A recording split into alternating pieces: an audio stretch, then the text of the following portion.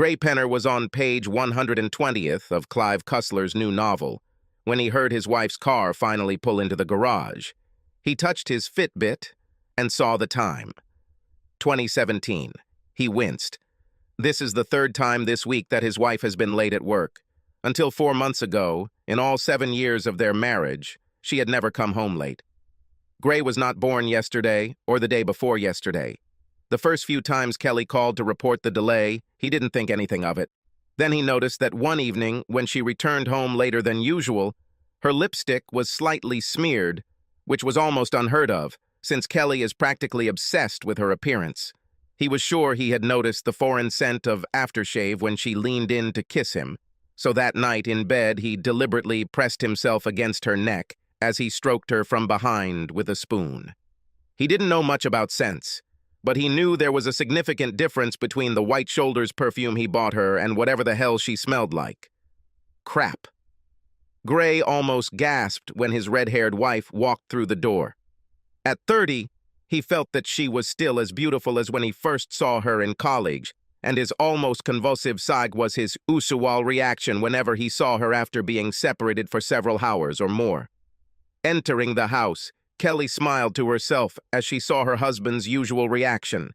She knew his reaction was a sincere compliment, and besides, she had to admit to herself that she was turned on by her husband finding her attractive so soon after she had touched another man's lips. "Hey, honey," she said, moving closer to him, kissing him quickly on the lips and turning to head upstairs, her now invisible smirk both confident and condescending. "Make yourself comfortable. I'll be down in a minute." While his wife entered the house and went upstairs, Gray did not say a word, and she did not seem to notice. However, he noted the now familiar smell of aftershave lotion. Not for the first time, he furrowed his brow as he walked up the stairs, anticipating the impending confrontation that had to happen soon if he wanted to save his marriage. At this point, Gray was confident that his wife had not yet crossed the line in her relationship with handsome Paco Rabanne, as he mentally called her potential seducer, but in his opinion, she was getting closer. For 7 years, Gray feared that his beautiful wife would one day realize that she had married a man unworthy of her from an aesthetic point of view and would try to make amends. Gray did not consider himself an ugly man, but in his opinion, he had an average appearance and could not compare in any way with his stunningly beautiful wife. The snake that invaded the Garden of Eden was named Johann Wegmann. Kelly worked as an assistant vice president for an international telecommunications company. Johann was a well-built 40-year-old blonde man who had moved to work from the company's headquarters in the Netherlands about 6 months ago. For the first 2 weeks, Gray heard far more than he wanted to about the Dutch settler, before Kelly went completely silent. Gray became suspicious. "Hey, is that new Dutch guy still working in your office?" Gray asked over dinner one night as Kelly talked about her day. "Yes. Why are you asking?" She answered, somewhat embarrassed. "For weeks, he was the only one you talked about." "And now it's like he's completely disappeared," Gray said. "Well, he works in a different department. We rarely see each other," she said, her face turning slightly red. "Huh," Gray muttered, stuffing his mouth with food and noticing that his wife had just lied to his face. The late evenings began soon after. Kelly felt a physical attraction to the 6'3", 102-pound Dutchman from the first moment she met him. In addition to his physical attractiveness, he exuded a self-confidence that almost bordered on arrogance. He spoke 3 languages and had dark blue eyes that, according to Kelly, looked into her soul every time he looked at her. If she was being honest, she had to admit that when Johann smiled at her for the first time, she felt butterflies in her stomach. In fact, Kelly and Johann did not work in different departments and communicated quite often at work. Within a couple of weeks after Johann joined the company, the two of them began going to lunch together. Kelly loved her husband and did not even think about the fact that she and Johann were starting a relationship. Johann, for his part, was well aware that his relationship with Kelly was developing because he gently pushed her to do so. Johann knew that this woman was married, but he believed that she would let him know if he went too far. In his country, extramarital affairs were not anathema. 2 weeks later, they were working on a project that they didn't finish by the end of the day. Johann suggested that they start the project again in the morning or just spend a little extra time in the evening in the office. Her smile told him everything he wanted to know. She quickly called Gray at his office and said that she would be late for a couple of hours. He noted to himself that this was the first time she had been late in all the years of work in the company. But since he also had to be late at work sometimes, he did not complain and said that he would cook dinner that evening. She admired how attentive he was. They left the office at 7 o'clock, although they finished work at about 6:30. Both kept track of time. Working, or rather staying up late, became a habit for the couple, who initially spent their time talking. Then it turned into touching, hugging, and kissing. Kelly was well aware that she was teetering on the edge of a slippery slope, but she liked that she had a husband and a boyfriend. In fact, she was so caught up in her feelings that she either didn't notice or didn't care that her husband noticed. After graduating from college, Gray got a good position with a good salary at a small local telecommunications firm. Kelly, who had the same education as Gray, began working in a less senior position at an international firm. They planned not to have children until they were 30. It was also soon decided that Kelly would be the first to return to online college to earn an MBA and advance within her company. After she gets her master's degree, it will be Gray's turn so that he too can advance in his career. Kelly completed her master's degree in 4 years and soon received a promotion that put her salary and position in the company above her husband's. He was very proud of his wife and was pleased that their career plan was working. Carried away by her own financial and personal success, Kelly lost sight of their overall marital plan. When it was Gray's turn to get a master's degree, she said they should instead use the money to buy a house in which to raise their children. Gray was unhappy that his dreams didn't come first, but had to admit that buying a house for their future family was a good idea. He could always go back to college in a couple of years, she reminded him. Kelly always had something serious in mind for the couple to spend their money on, rather than Gray's MBA. He didn't want to seem selfish, so he always agreed with his wife's wishes. Kelly's ego really liked the fact that she was the main breadwinner of the family and that she had the biggest job of the couple. She began to perceive herself as the more equal among two equal partners. Kelly had butterflies in her stomach as she walked down the stairs. She loves her husband, but she needs Johann. She needs to feel him inside her. She needs to spend nights with him. She needs to cuddle with him after sex. But she could not cheat on her husband and must first tell him about it so that it does not become cheating. She knew that he loved her as much as she loved him, and that he would give her this one weekend, this license to have sex on the side. He never refused her anything. Dinner. In the microwave. You just need to turn it on for a minute, Gray said as Kelly appeared downstairs. Thanks, babe. I'll bring everything now. Can we talk? She asked. Gray looked up from his book.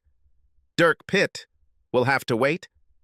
Gray realized that Kelly had something important to say. Did this have anything to do with what he wanted to talk to her about soon? I want a free pass this weekend, Gray, Kelly said hesitantly but clearly. Gray froze in his place on the couch. His brain began to work intermittently. He hoped he didn't look as dazed as he felt. He felt like his insides wanted to burst out. Sorry? He asked, realizing that he had actually heard his wife correctly. I need to spend the whole weekend with Johann Wegman, she replied.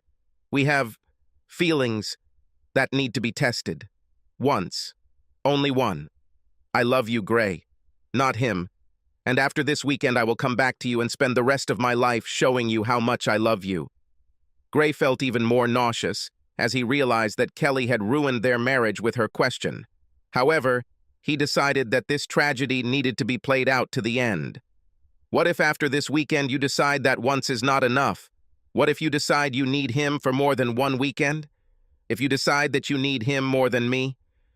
It will not happen. I promise, she said quickly. Is it true? And how can you promise such a thing? 12 years ago you already promised me. You swore that you would leave everyone else for me. And now you are going to easily break that promise. She blushed again and began to look anywhere but directly at him. "I need this, Gray, and I know you love me enough to give it to me," she whispered. "To be clear, Kelly, you don't need it, but you definitely want it, and you're hoping I'll be stupid enough to give it to you." "This will not happen," he said again. "But you are not my property, so if you really want to, you can do it. Just remember that for every action, there is an equal reaction."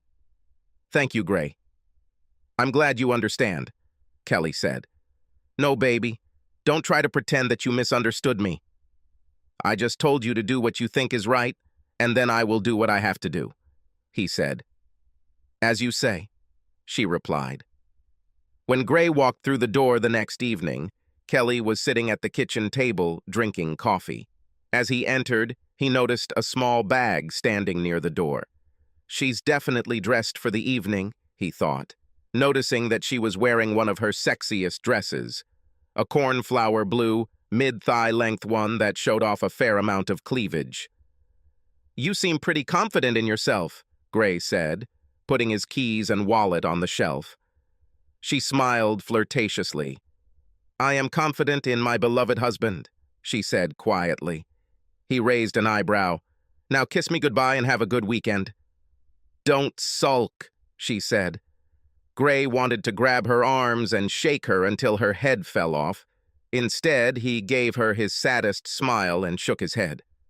"God, how I loved you, baby," he whispered, turned and went upstairs. Although she realized he didn't kiss her goodbye, Kelly didn't notice Gray's use of the past tense of love as she left the house. Her thoughts were already several miles away, where Johan was waiting for her arrival. She felt like a 16-year-old virgin going to her first prom. Kelly and Johan had been planning their weekend for the past 2 weeks. After 3 months of increasingly frequent kissing and caressing, they decided it was time to see where their relationship would lead. Johan didn't mind that Kelly was married.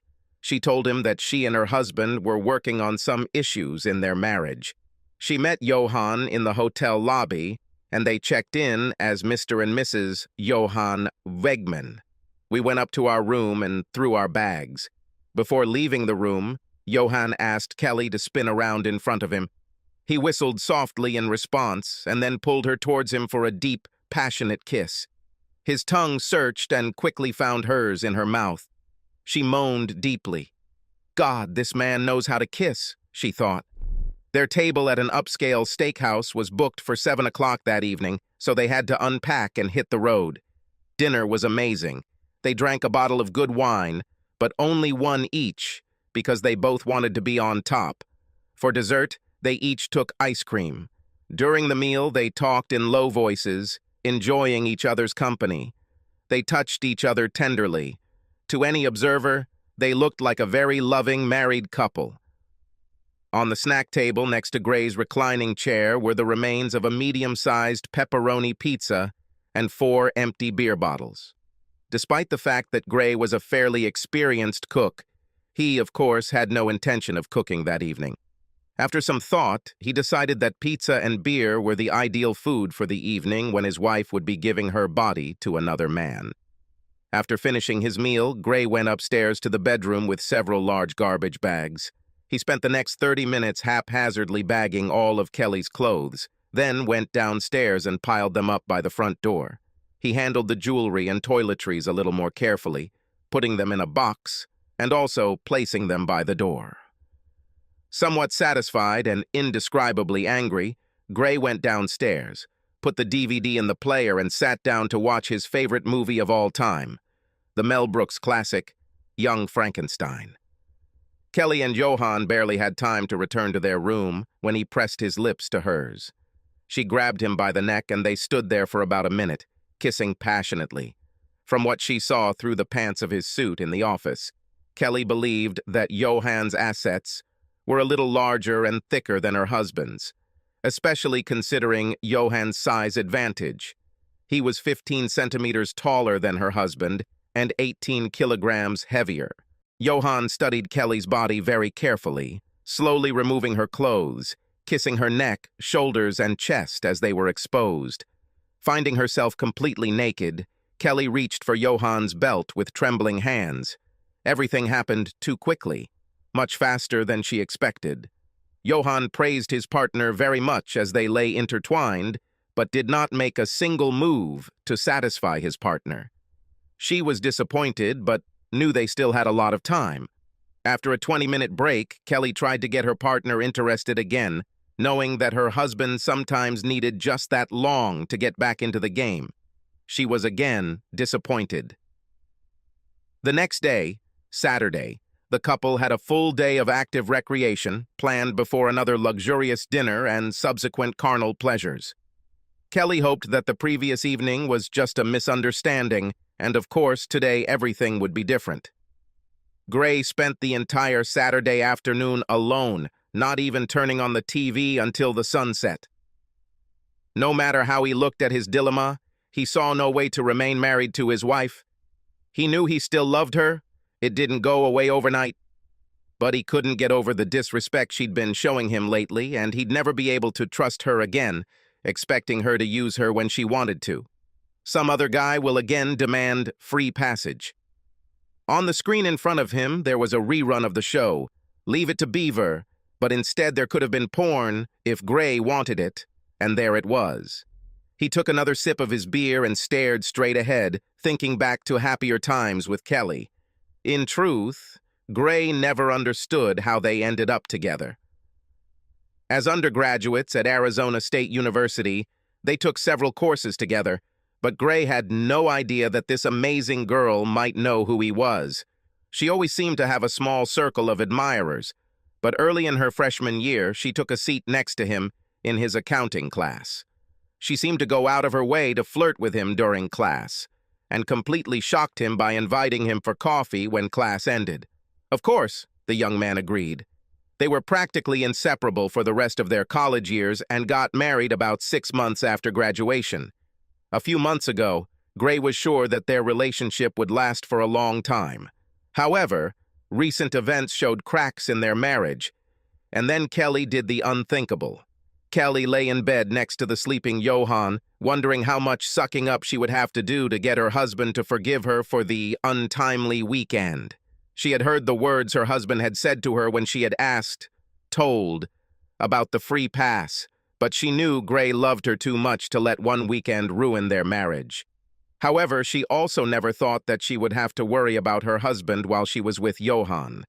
The day spent with Johan had been wonderful. He had excellent manners and a magnificent personal charm, but upon returning to his room on the second night, his charm seemed to have deserted him again.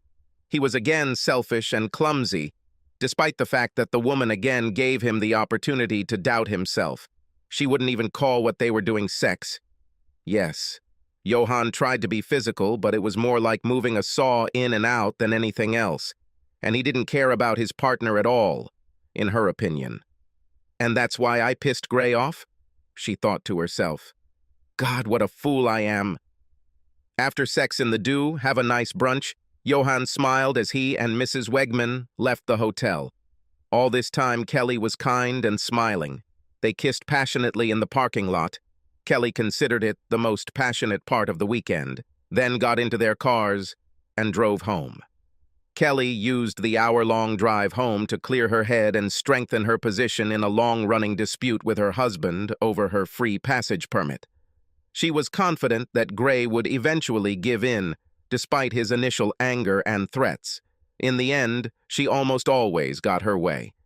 At worst, she thought, she will order sexy lingerie and stiletto heels, and maybe a leather bustier. She couldn't help but smile, thinking about how easy it was to trick a man around her finger. Kelly drove the car into the garage and turned off the engine. She checked her makeup again in the rearview mirror, took her bag from the back seat, took a deep breath, and walked into the house with her head held high. "Hey, I'm home!" she shouted, entering the kitchen from the garage. She waited a couple of seconds for Gray to greet her, which would have been normal, but she was disappointed. She heard the big screen on in the living room and went in, irritated by what she thought was her husband's childish behavior. Gray sat in his reclining chair, watching a baseball game. Looking up from the screen for a second, he nodded towards his wife, not paying attention to her. Needless to say, she was unhappy. Is this how you plan to play this out? Okay. She pouted and left the room. What the hell do all those bags at the front door mean? She shouted. When Gray didn't answer, Kelly walked over and opened the package. He heard her gasp, then heard more bags being opened. Damn it. It's not funny, Gray. What the hell are you doing? She shouted. To make it easier for you to move out when I give you the divorce papers, he answered, surprising her by silently approaching her almost closely. No divorce. There will be no divorce, you idiot, she said. We talked about this. This is just one weekend. One. We've been married for 12 years. You can give me one weekend. First of all, we didn't talk. It was you who spoke, and I listened. You told me that you take permission to have sex on the side. When it was my turn to speak, I said I wasn't going to accept it. It's not my problem that you didn't take me seriously. We are married. That means no permits, ever, Gray said. Will you actually divorce me because of one weekend out of the entire time we were together, and all the time we will be together in the future? She asked. Now there was panic in her voice. We won't be together in the future since you did that. I told you this. Which, I'll do what I have to word, didn't you understand? Gray growled. Tears began to flow from Kelly's eyes. For perhaps the first time in their marriage, Gray did not move closer to his wife to console her. You cheated on me with another man.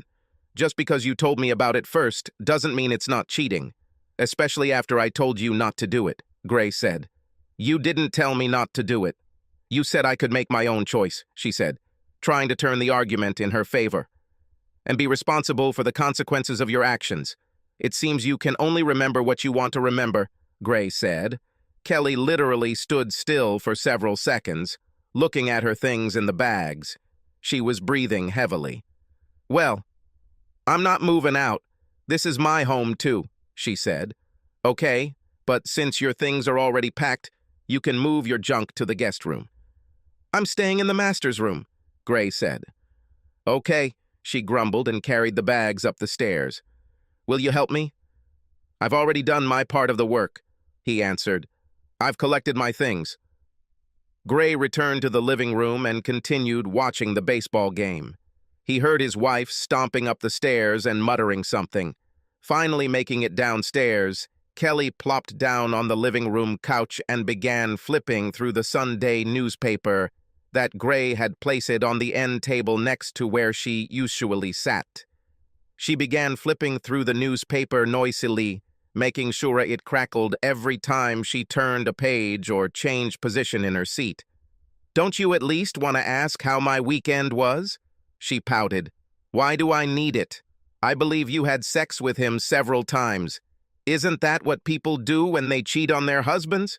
Gray asked. Well, we also went to some places, did some things, and ate at some nice restaurants, she whined. Cute. Happy for you, Gray said. Maybe one of your friends will be interested. But your husband, not yet a husband. No. Gray noticed that his wife didn't seem nearly as excited as he'd expected, especially after she'd made such a fuss about her departure. The fact that she wanted to talk about non-sexual experiences suggested that Johan might be more of a loser than a stud. But that's not my problem, Gray thought. Gray spent time Monday separating bank accounts and making financial maneuvers necessary for his pending divorce. He wouldn't be able to get an appointment with the family lawyer he'd chosen until a week later, so he knew he'd have to live in the same house with Kelly for a while. Kelly spent the day avoiding Johan. She was well aware that they were on opposite ends of the spectrum in terms of the weekend success. She knew that their relationship had changed forever, and not for the better. She really wanted her husband to understand this and return to her, so that with Gray's help she could ward off Johan's future advances. Kelly's life suddenly became very difficult. Kelly was wondering what to do, talk to Gray again or just move on as if nothing had happened, hoping that her husband would eventually cool down. She chose the second option as the path of least resistance, not wanting her husband to call her a cheater again. After some time spent looking at the situation from all sides, Kelly was forced to admit that the word cheater sounded much more accurate than loving wife. She shook her head sadly, wondering if she would have looked at the situation differently if her weekend had been a resounding success rather than a dismal failure. Gray didn't say a word to Kelly when he returned from work and when they sat down to dinner.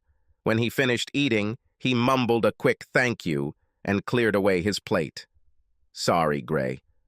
"I'm so sorry," Kelly whined as Gray walked into the living room. "After all these years, I thought you loved me enough to give me a weekend." "Do I love you enough? I would think that after all these years you would love me enough to not ask permission to cheat on me," Gray said. "How selfish and deluded do you have to be?" The next day at work, things went even worse for Kelly. 5 minutes after she entered her office, one of her best friends at the firm walked in and closed the door, which was not a very common occurrence in the office. "Please tell me you didn't spend the weekend with the Dutch, Thor," Emma LaSalle asked in a half-whisper, even though the door was closed. Kelly's eyes opened wide. "Was he bragging?" "No, no, no," she croaked, her face contorted with shame and anger. "I suppose if it doesn't come from you, it does from him," Emma said, "but I didn't hear it from him. I heard several girls whispering about it in the break room while I was drinking coffee. If they are whispering at 8 in the morning, then by noon, the whole office will be talking about it. Now this can no longer be hidden." Kelly put her head in her hands. Emma watched as tears fell onto her desk. "Yes, you have become that special one that all women hate, and every guy now wants to get his piece. Well, was it good?" she asked, raising her eyebrows. "This is the biggest problem. Did not have. I made my husband very angry and for—" "What?" she asked. "Johan is big, handsome, charming, and an absolute dummy in bed. He's barely bigger than Gray, and in bed he's not even half the man he is, but he considers himself God's gift to women." Emma's shocked look turned into one of concern. "So, how much time and apologies does it take to win back your husband's affection?" Emma asked, without the slightest hint of a smile. "I wish it were that simple," Kelly replied. "Gray constantly talks about divorce, 7 years together, and he keeps talking about divorce, directly. No, I'll think about it.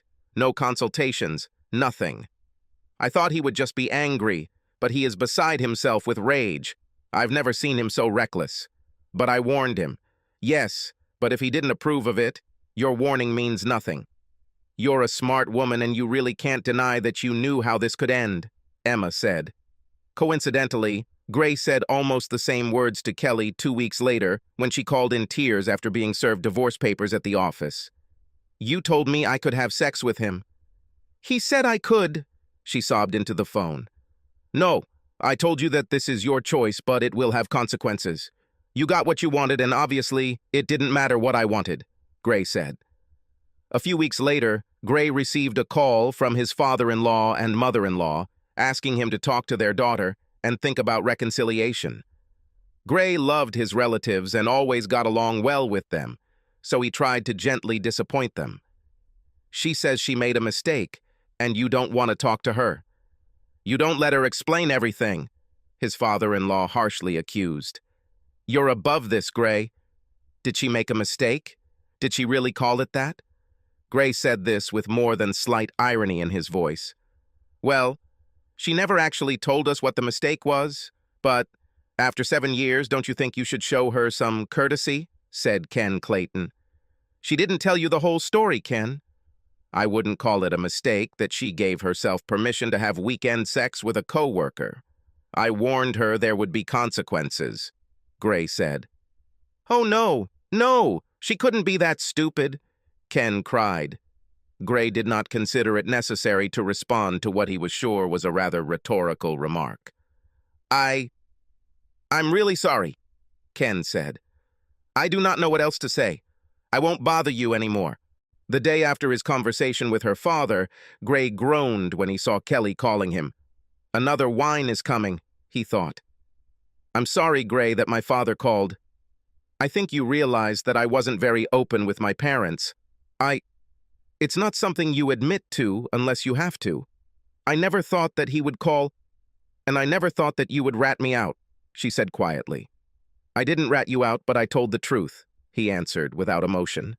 Yes, she sighed. Kelly and her lawyer tried to delay the divorce, but given that Gray filed due to irreconcilable differences and the absence of children, it took 9 months.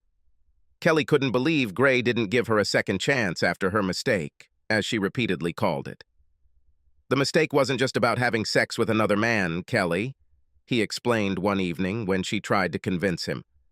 Long before you cheated with him, you had an emotional affair. You neglected my feelings. She disrespected me in the worst possible way. When did you stop loving me? Kelly held back tears. Once upon a time, when she cried, Gray tried to console her. Now he accused her of trying to break through her tears back into his heart. I know you still love me, Gray. Why can't we try to make peace? Yes, I still love you. That's why it hurts me so much, Gray replied. But it seems to me that you don't love me as much as I love you. I would never think about cheating on you, ever. But I can't believe that you won't do it again when a second man attracts your attention. There will be no second man. I promise, she quickly intervened. There shouldn't have been a first one, Gray grumbled. You promised this when you swore an oath to me. Oh yes, she whispered. During the divorce, Johan asked Kelly out on several dates, as did several of her other work colleagues.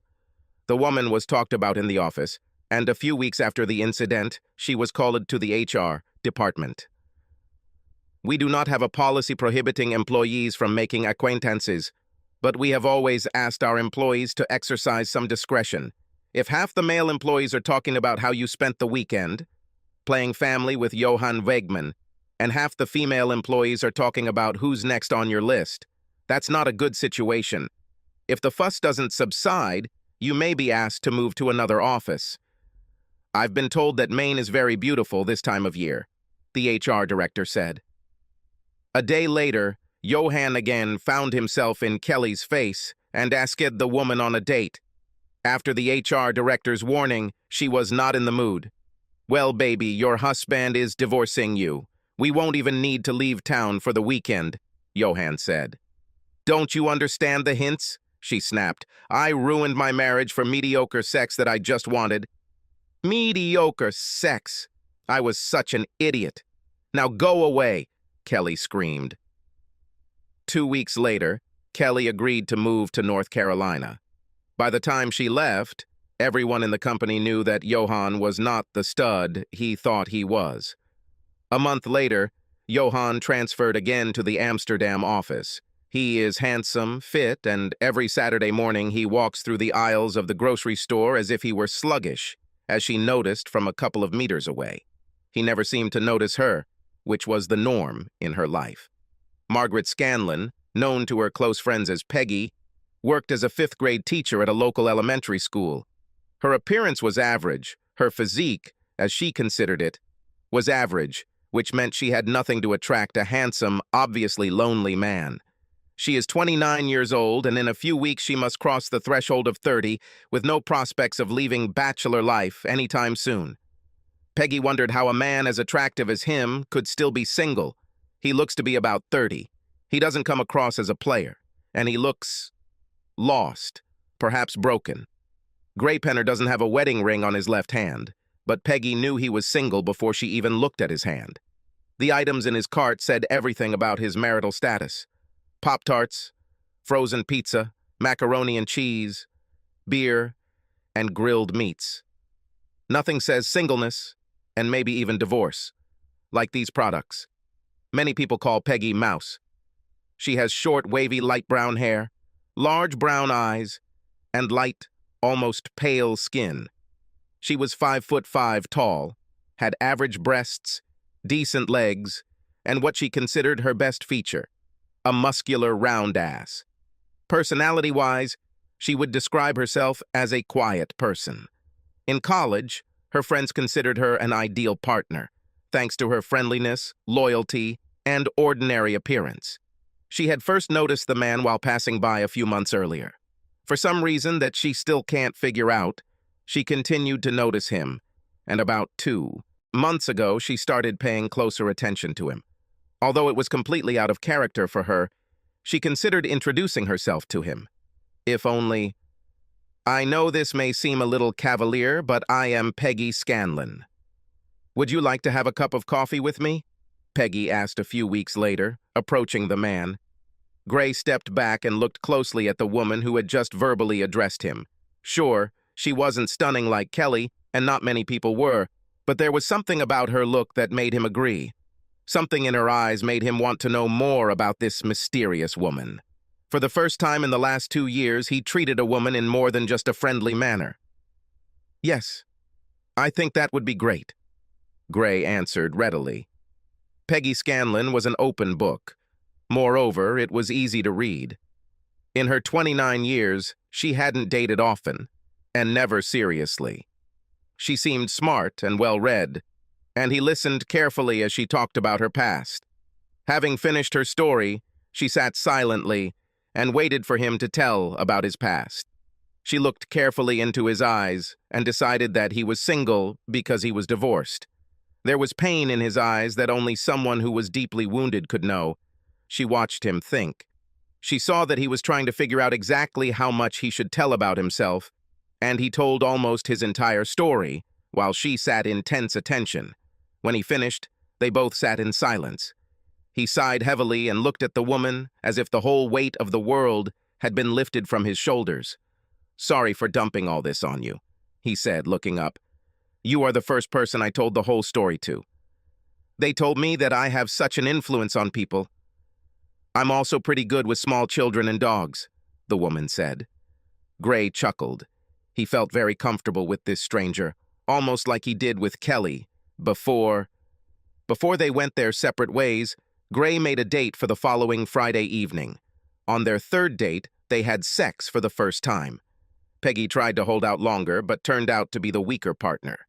There was something incredibly sexy about Gray's calm, reserved demeanor that she couldn't resist, even though he never made any overt sexual maneuvers.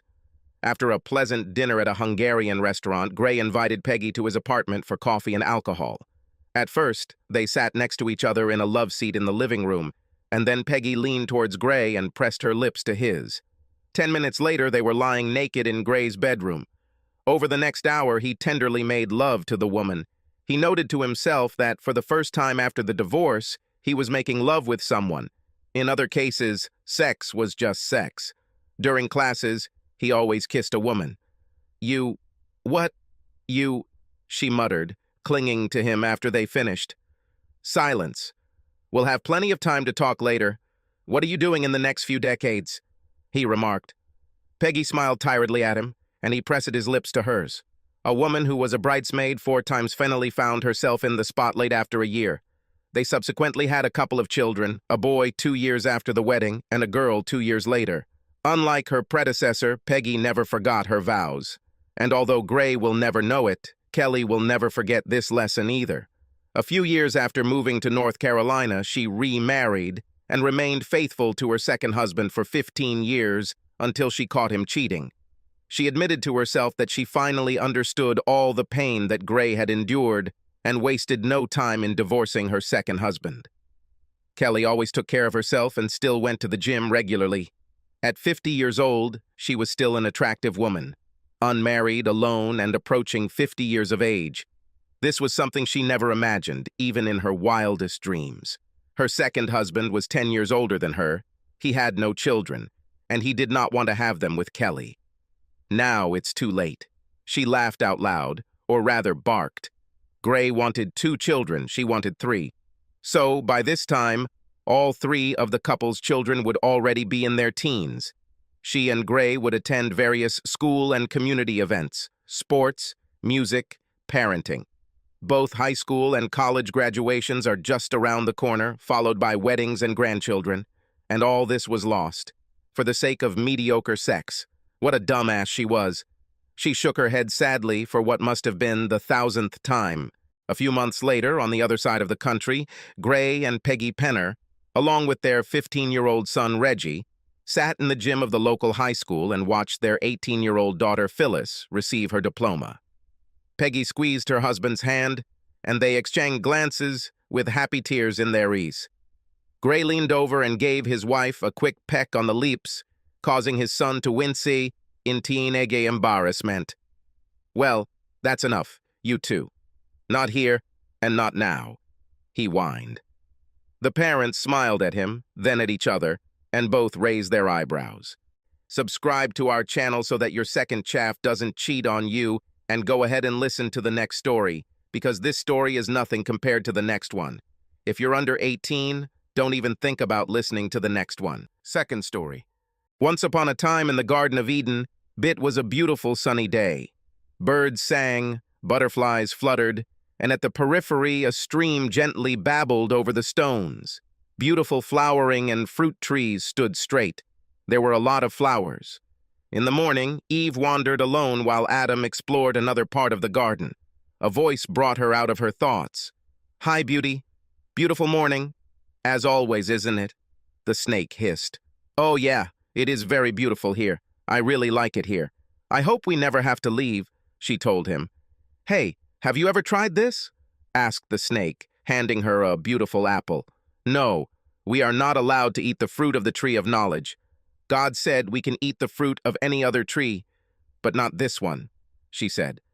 "But not only is it very tasty, but if you eat it, you will know as much as God. In fact, you will practically become a god yourself. God is not here now, and he will never know. What could it harm?" It was a beautiful, sunny Saturday morning. Kenny Richardson still had 2 sections of his yard left to finish. He was sweating in his t-shirt, but he was smiling widely. He loved the look of his lush, dark green lawn, especially after it was mowed. Although he could have easily afforded a lawn tractor, he much preferred the level surface provided by a non-propelled lawnmower. He winced when he saw an Apex courier truck pull up to his side. His wife, Callie, is out grocery shopping, which means he'll have to take a long break from cutting his hair to sign for a package or envelope the courier has delivered. He hated to stop mowing before finishing. "Man, that's some impressive grass you have," the delivery guy said as Kenny walked up to him. "Yes, all premium blue. None of this mixture of crap that everyone is pushing. I don't mind the rye part, but I hate the fine fescue." "Fescue is creeping weeds, damn cousin," Kenny said. "What do you have here for me?"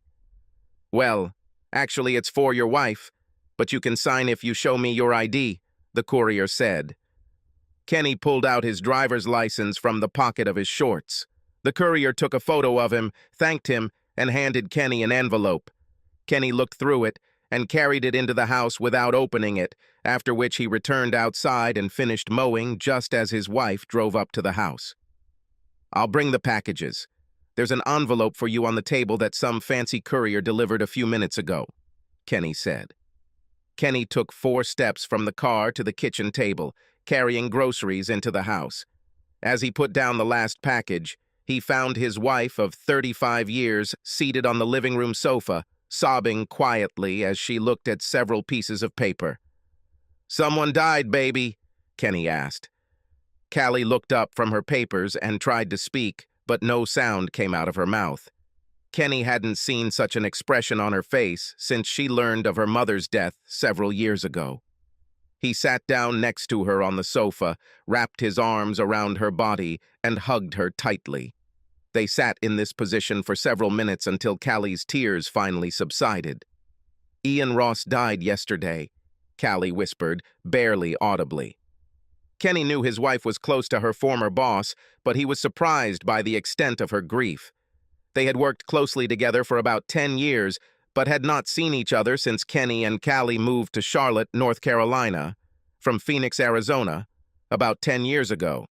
Kenny knew he probably wasn't the most sensitive person in the world, but this level of grief for his former employer seemed excessive. Kenny quickly remembered how Callie worked for Ian. She always considered him an impeccable gentleman and a wonderful mentor. He remembered that, a couple of years before they moved, she worried about him after the death of his longtime wife. But he had apparently gotten over his grief and illness by the time Kenny and his wife moved in, when Kenny got his big promotion.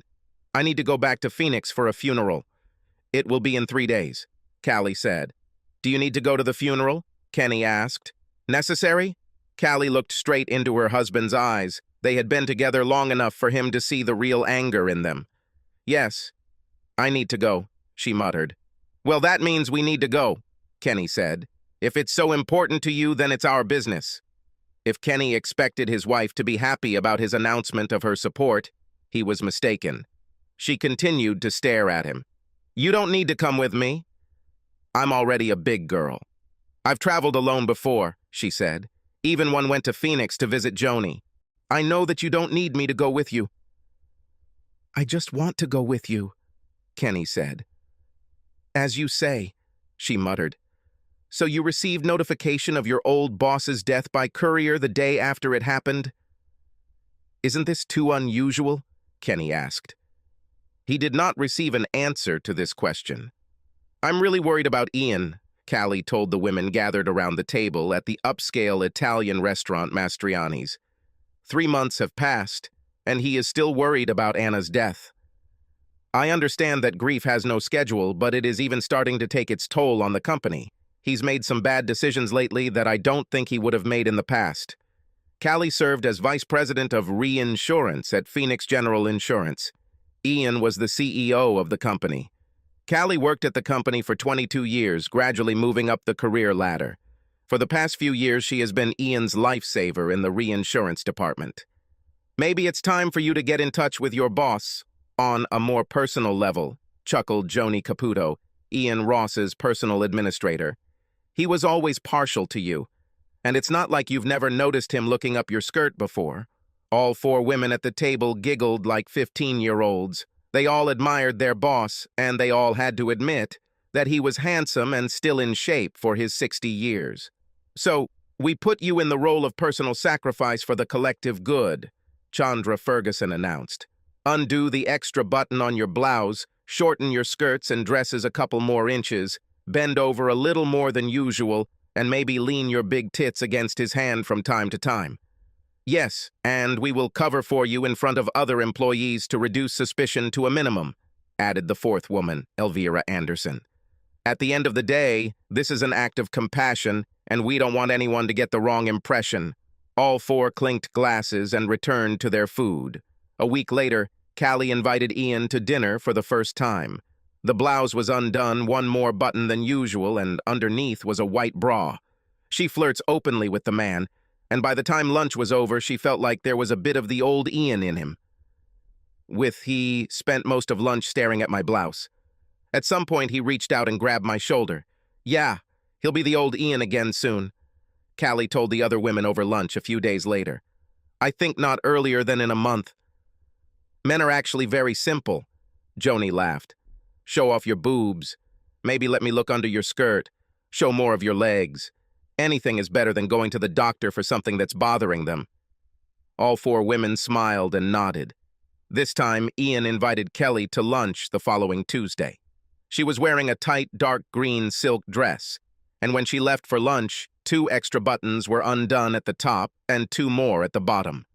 The dark green frilly bra was clearly visible, as were the tops of her stockings when tilted at just the right angle. "Oh, you look sexy, baby," Elvira said quietly as Callie passed her desk on the way to the elevator. Callie winked at her as she walked past, followed by Ian. Elvira smiled as Ian reached out and gently patted Callie's bottom as he followed her into the elevator. She smiled at him. The following week, Ian invited Callie to lunch again and then to dinner. The following Thursday, as Callie left for work, she carried her overnight bag and a bag of clothes into the car. Her husband always left for work before her, and she knew she could hide the clothes in the trunk of her car until a more convenient time to bring them into the house. She thought about her husband for the first time, planning to help her boss overcome grief and depression. Callie had no doubt that she treasured her husband, Kenny. He is her soulmate, a wonderful husband and father. They met as freshmen at Arizona State University and married a year after graduation. Kenny is a certified public accountant and earns a good living. Together with him, Callie raises 2 children, goes on vacation, and plans to grow old together, in due time. Callie knew that Kenny trusted her completely, and that would play a huge role in her plan to help Ian. Kenny wouldn't stick his nose where he shouldn't, and Callie knows she's smart enough to keep her relationship with Ian separate from her life with her husband. Ian knew that Callie was married, and therefore he had to invite her to a restaurant located in the distance. In his corner of the world, there are more than enough establishments that cater to people of his income level who want to maintain confidentiality. They had a very nice dinner and had a great conversation. Back at his game, Ian was handsome and charming, both chivalrous and slightly naughty, and Callie knew for sure that her boss was leading her to his bedroom. She willingly followed him. Ian looks just as fit without clothes as he does in them, especially for a 60-year-old man, Callie thought. He seemed to appreciate her choice of black corset and matching panties as he slowly and sensually undressed her. Ian warned Callie that he probably wouldn't last long the first time since he and his late wife hadn't had sex in a while, but he'd taken the little blue pill, so he'd be good for a couple of rounds. They exchanged kisses and hugs for about 30 more minutes, after which they made passionate love. For 10 minutes, Callie lay on top of Ian, burying her face in his shoulder and cooing with pleasure. That was amazing, Ian," she purred. "I wouldn't mind spending a few more evenings here." "Or maybe in another place?" he asked tenderly. "Maybe in another way, if it can be arranged," she answered confidently. Callie took a shower and changed into the clothes she wears to work. She told her husband that she would work late and be home by 9, and at least she was right about the time. Kenny ordered pizza for dinner. A box with a few leftover pieces was sitting in the kitchen, and Kenny was sitting in the living room drinking his 4th beer of the evening when Callie came into the house. She walked up to Kenny and quickly kissed him on the lips. "Did you eat?" "I left you some pieces," Kenny said. "I placed an order at Orzo's." "I had Greek salad," Callie answered. "Yes, thank you for brushing your teeth." "You know how much I hate the taste of feta," he said. "You're welcome," she replied, turning away and rolling her eyes. In addition to showering with Ian, Callie also brushed her teeth, although she was sure that her husband would never be able to taste the remnants of sperm in her mouth. Callie went upstairs to change into some comfortable loungewear. She went downstairs and took her usual place on the couch opposite Kenny's folding chair. As she sat and watched some anonymous NBA game, she admitted to herself that she had really enjoyed her evening with Ian and didn't feel the least bit guilty. She did not love her husband less and did not take anything away from him, she concluded. Throughout the week, Ian and Callie alternated long lunches and dinners, changing the days of the week for each time. Every meal ended with sex, once at lunch and twice at dinner.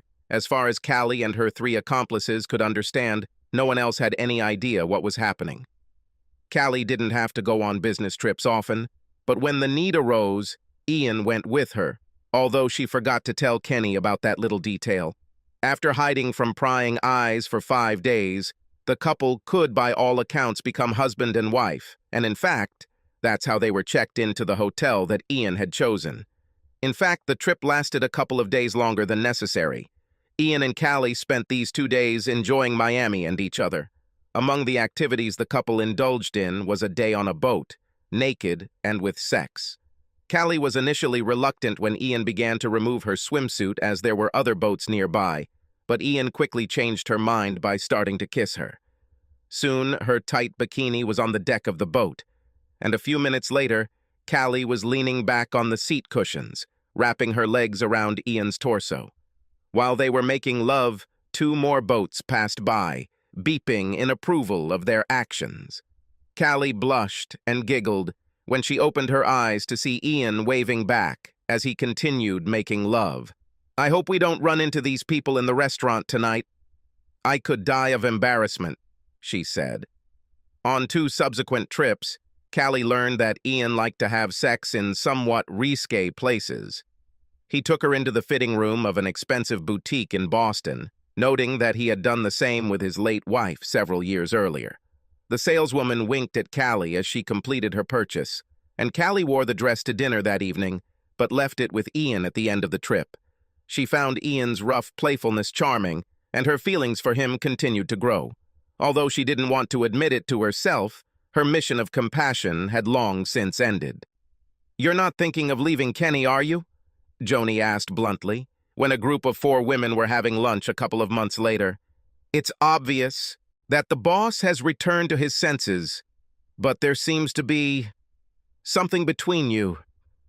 Callie hadn't really voiced the fact that her relationship with Ian had become anything more than compassionate. It seemed to her that if she didn't talk about it, then she wasn't cheating.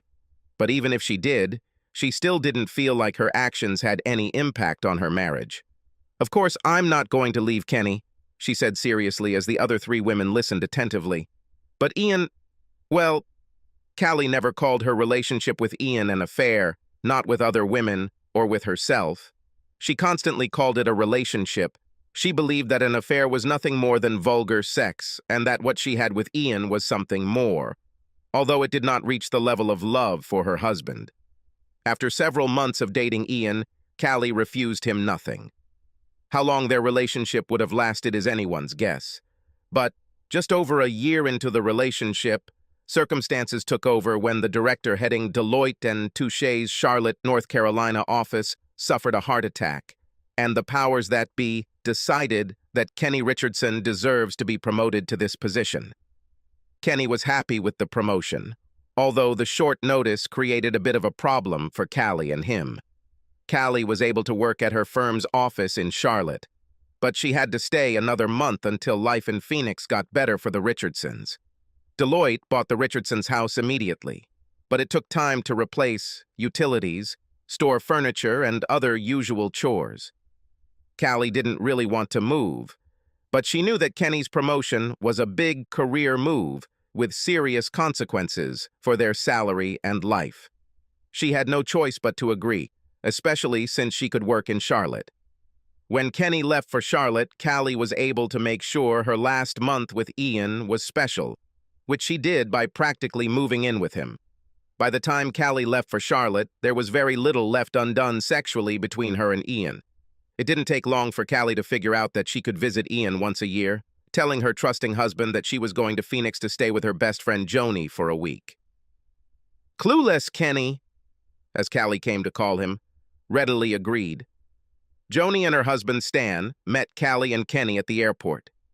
Kenny noticed Joni raise her eyebrows at his wife before they hugged. He did not see the reciprocal expression on his wife's face. Joni turned to Kenny and hugged him, as it seemed to the man, insincerely. Kenny and Stan shook hands. "Long time no see, bro. How are you?" asked Stan.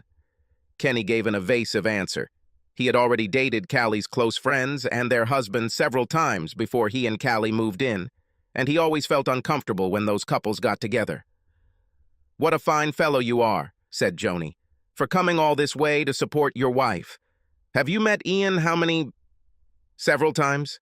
At Christmas parties and maybe barbecues? This is what you do for the sake of your spouse, isn't it?" Kenny said, picking up on Joni's negative vibes. Joni and Stan took the couple to a restaurant, where they were joined by 2 more of Callie's friends and their husbands. Upon seeing Callie's husband, both Chandra and Elvira expressed surprise. Kenny even glanced down to make sure his fly was zipped, or that he hadn't spilled anything on his clothes earlier in the day. Over food and drinks, conversation between the couples flowed fairly easily, although Kenny noticed that he occasionally caught silent glances from the women.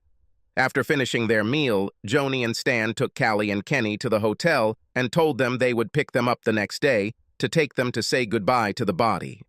"Tomorrow at the funeral home, you'll probably remember some of the old gang, but it's been a while. I understand if you don't want to go tomorrow and just do your own thing, maybe rent some clubs and play golf with some of your old friends," Callie said. "No. Like I said, I came here for you," Kenny said with an exasperated sigh. Ian Ross was a big man in Phoenix for many years and had many business contacts and friends. There was a long line at the funeral home as they said goodbye to the body. Kenny guessed that the 3 people in front of the coffin, a man, a woman, and a child, were most likely Ian's daughter, with her husband and son. He had never met Ian's daughter and doubted that his wife knew her well either. She never talked about it at all in all her years at Phoenix General Insurance. Kenny was incredibly surprised when Ian's daughter flushed and ran into Callie's arms, noticing the woman as Callie's group approached the family. Both women hugged each other tightly and buried their heads in each other's hair. "I didn't think you'd come," the woman cried into Callie's ear, and Kenny heard his wife's quiet whisper, "Shh, not now." A woman in her 40s backed away from Callie, eyebrows raised, then quickly looked down and cleared her throat before looking up again. "Jackie, this is my husband, Kenny. Come with me to keep me company on the trip and to pay my respects to your father. They met several times over the years that I worked in Phoenix. Thank you for coming," the woman said hesitantly, after which she extended her hand and introduced her husband and son. Kenny shook her hand carefully, trying not to squeeze it as hard as he usually did. He offered his condolences and shook hands with the man and the boy while Callie and Jackie chatted calmly for a few minutes. After the funeral, Jackie invited them, along with the other 3 couples, to her father's house for sandwiches and salads. "I didn't know you were that close in the past, but judging by the way she greeted you, you know her well," Kenny said to his wife, as he, Joni, and Stan returned to the car. "Over the years, we have met several times. There was nothing else.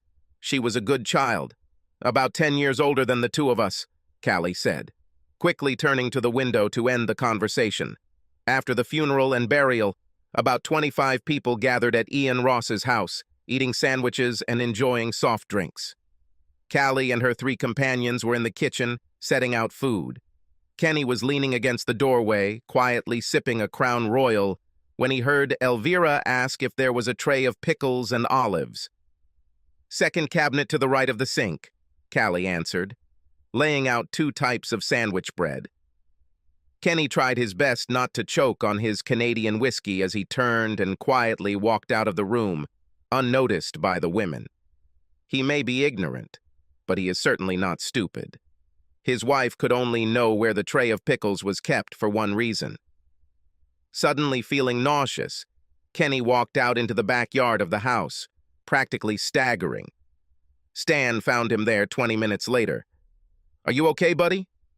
"You don't look well," Stan said and took a sip of the beer he was holding in his hand. "Yeah, I'm fine," Kenny answered quietly. "By the way, I want to thank you for all the times you let Callie stay with you when she came to visit." "Hmm?" Stan said before realizing that he had been tricked. "No problem. She never caused any trouble." "She's good at this," Kenny said with a wry smile. Suddenly, I wanted to drink more. At some point after lunch, Jackie took Callie by the elbow and led her to her late father's office. Left alone, the younger woman hugged the older one. "I'm so glad to see you, Callie." "So glad you came," Jackie chirped. "Dad would be so glad you came. I just didn't expect to see your husband with you. He doesn't know yet, right?" "No, he doesn't," Callie answered. "I did everything to keep him at home, but he insisted that he needed to go with me. Men, you have to love them because you can't kill them." Both women laughed heartily. "I know that your husband will never understand this, but you helped Dad a lot after Mom died. He was lost. And then you had such a good time together for many years," Jackie said. "I understand that you had to leave with Kenny, but Dad misses you very much. After you left, he never had a permanent woman. He lived for the weeks when you came home." "Those have always been great weeks," Callie said sadly.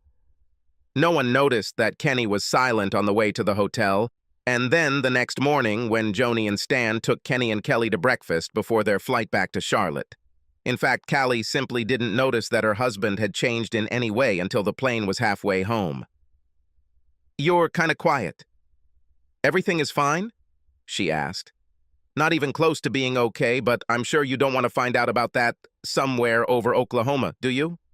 Callie blushed deeply and turned away from her husband as her mind began to process possible answers. She soon realized that answers would have to wait until she got home. They got into their car before Callie tried to find out exactly what her husband knew. "I don't know what Stan told you, but it's not true," Callie said. "Stan didn't tell me anything." "You did it," Kenny said. "I? What are you talking about?" the woman exclaimed, showing genuine confusion and more than a hint of anger. You and your friends were in Ross's kitchen, preparing food, when someone asked where the tray of pickles was. And you didn't even hesitate. It's hardly a wild coincidence, baby, Kenny growled. I may be ignorant, but I'm not a fool. So later, when I thanked Stan for putting up with you during your visits, he didn't know what I was talking about, even though he did a pretty good job of bluffing for you. So the only question is, how long did this affair last until we moved and it turned into a week-long free pass for you for the last 10 years? Kenny was busy keeping his eyes on the road, so he didn't notice the sour expression on his wife's face. However, she was a smart woman and quickly joined the fight, so to speak. It wasn't an affair, Kenny. I would call it a relationship. It was compassion, baby. 3 months after his wife died, Ian became very ill, and I felt I had to do something to bring him back into the real world. Yes, I had some feelings for him. He was a truly wonderful guy, but it wasn't love like you and I have. Most of all, I tried to show him that he still had something to offer, and gave him hugs, closeness, and support, Callie said. What? Well, repeat it, Kenny shouted. You didn't have an affair because you had compassionate sex with him? Was I born yesterday? If you feel sorry for a guy, buy him a damn escort or a golden retriever. By my count, you had fun with him for over a year and then came back and gave him a week of intense sex every year after we moved in. By any calculation other than yours, it turns out that you cheated on me. No, I didn't love him as much as I love you, she screamed. You've been having sex with him for over a year. And she only stopped because we moved, he said. What is this, if not treason? And then you lied to me by spending a week in his bed every year as a married couple. You know where everything is in his house. I'm guessing Joni, Chandra, and Elvira know this, as well as their husbands, and probably Gina's daughter and her family, judging by the way she greeted you when we arrived. It seemed to me that this was too much for a person who was just a bosom friend. Compassion? You weren't very compassionate towards me, your husband, when you were having fun with him, were you? No, everything was wrong, she objected. He needed it so much. He needed someone. He needed me. And I was next to him. I'm proud to have helped him. Even in the darkness of the car, Kenny could feel the smugness oozing from his wife. He just knew, that she thought she was so much smarter than her husband because she was able to keep her betrayal a secret for so long. Kenny only had to keep his secret for a week. On the second Monday, Callie received divorce papers, and in the evening, when she returned from work, she was found by the bailiff. Kenny, thank you for not giving me the papers at work, but we're not getting a divorce because of what happened 10 years ago, Callie snorted. Oh, so you don't think that these week-long hookups over the past 10 years are considered cheating? Kenny quipped. He's dead, Kenny, Callie said. A couple of days ago, you didn't know anything. I didn't take anything away from you if you didn't even know about it. Kenny sighed. He had a whole week to think, and he mentally figured out what approach Callie would take. Let me save you some time, Cal. It was just sex. He didn't mean anything to you. I need to forget about this, because it's all about my wounded and bruised pride. This is all? He said. Callie lowered her eyes to the floor. I didn't expect Kenny to be so carefree, at least in words. From his eyes, she realized that he was not at all as carefree as he seemed. I'm sorry I hurt you. I didn't want you to know about it, Callie said. He was dead inside. Depressed, maybe even suicidal. All this was done in order to get him out of a difficult state after the death of his wife. We met, had lunch, and had dinner. The closer they got, the more he came out of his shell. Sex became a natural extension of our friendship, our closeness to each other. It was compassion, sex, nothing more. An entire year of compassionate sex? I think it's like a novel. Secretly having sex for a week once a year? I think it's like a novel, Kenny said. It was a mistake, she screamed. No, the mistake could have been a one-time connection. What you had was an affair, a full-fledged novel, he replied. If it weren't for an affair, why did you continue to visit him? Callie's mouth opened and closed twice, but no sound came out. She cleared her throat. Ian was a wonderful person. I believe I helped him. I enjoyed spending time with him. It wasn't just about sex, she said. Wonderful men don't sleep with other people's wives, even if they're depressed. He knew you were married. I could have refused you, Kenny said. How could you even think that what you're doing is acceptable? You were a married woman. What you gave to him, you took away from me. The intimacy you provided him was mine. You promised me, only me, all your intimacy when we got married. You lied to me and broke your oath, but you don't seem to feel any remorse. What did I do to deserve such disrespect? It wasn't disrespectful. I helped him get out of a difficult situation, Callie objected. Well, yes, of course, Kenny spat. You say virtue, and I say treason. Although she didn't expect that she would be caught, she certainly didn't think that Kenny would turn his back on her so much. After all, they have been married for 25 years. Such love, of course, must mean something, she thought. But apparently she was mistaken. Callie quickly found a lawyer who got the judge to order the couple to undergo 12 mandatory marital counseling sessions. She hoped that the presence of the consultant would make Kenny listen to her reasons for helping Ian. Sometimes cuddling and communication are just as important as sex, Callie said at the beginning of the first session. After the death of Ian's wife, he needed someone's warmth, and I didn't see anyone who could help him. And then you decided that it should be you? That our marriage had to take the blow so that Ian could heal. You traded our marriage for Ian, Kenny raged. No, it wasn't like that, Callie replied. He was devastated. I was just being a good friend. You are my wife. Comforting a friend by spreading your legs is, from my point of view, prohibited. You should have refused, too. Like a good wife, he said. This was not part of my plans, but as our relationship developed, it became part of it. I developed feelings for him. Of course, not the ones I feel for you, but feelings of a kind. I couldn't just sleep with him if I didn't care about him, she said. Did the others know? How did you get appointed as his healer? Kenny asked at the second consultation. Callie lowered her eyes to the table and picked at her nail. We all talked about it, non-stop, she explained. I was the closest to him, so it seemed like it was my responsibility. The others had to cover for me so that no one else knew what was happening. It was better for me, Ian and company. So simple? Kenny said, shaking his head slowly. Even if it's bad for me. But again, apparently I don't count. Was I even fourth on this list? I love you, and I always loved it. I love you just as much as the day I married you, Callie said. It's not about you. It's not about you and not about me. It was about what Ian needed, and it was outside of our marriage. This is nonsense, and you know it, Kenny growled, standing up from his chair at the table. You unilaterally stepped outside of our marriage, so of course you're trying to exploit this bullshit now.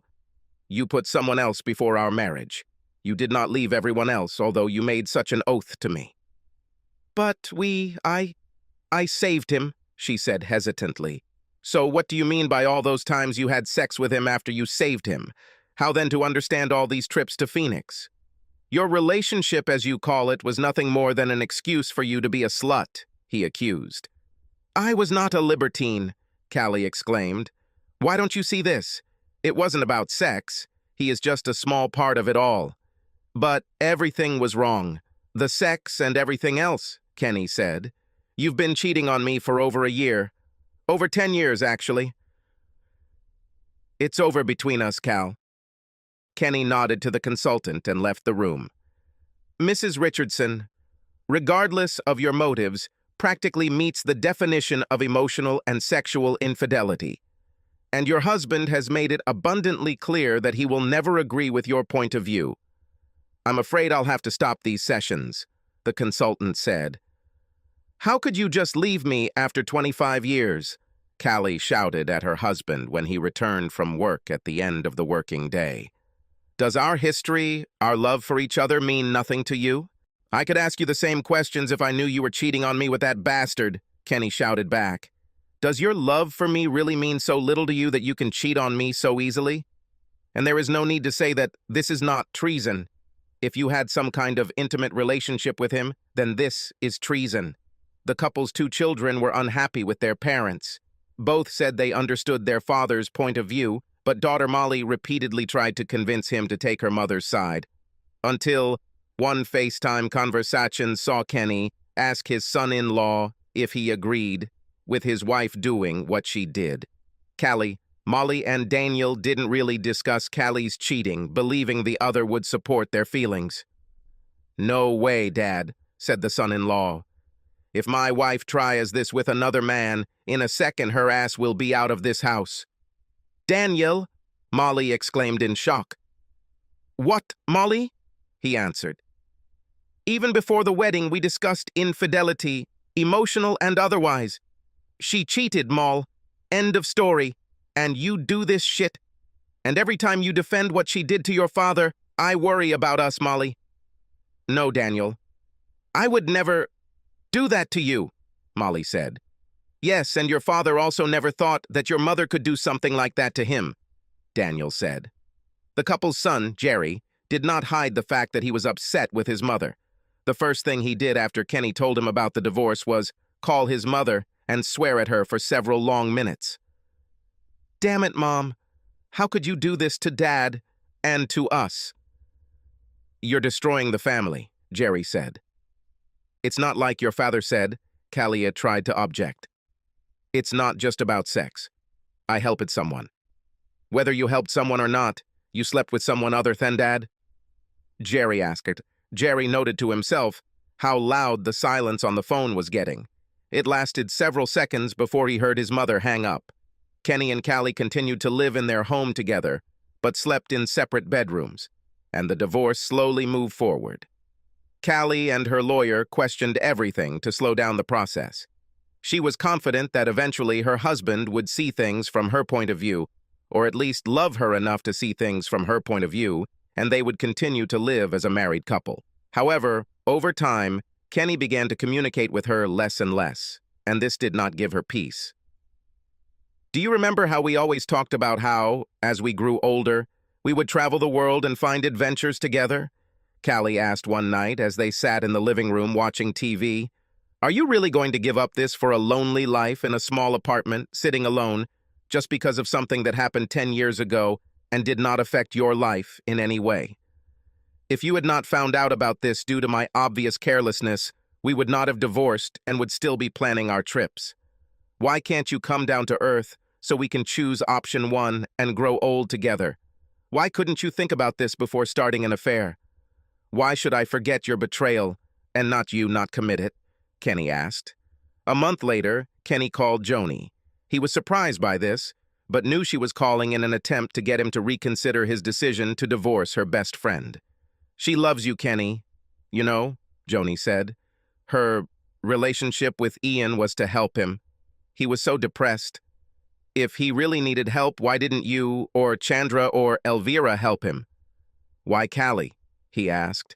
"Damn, why didn't he see a therapist?" The silence on the line told Kenny that Joni was trying to come up with an acceptable answer. After a 10-second pause, she finally answered, "She was the closest to him, personally."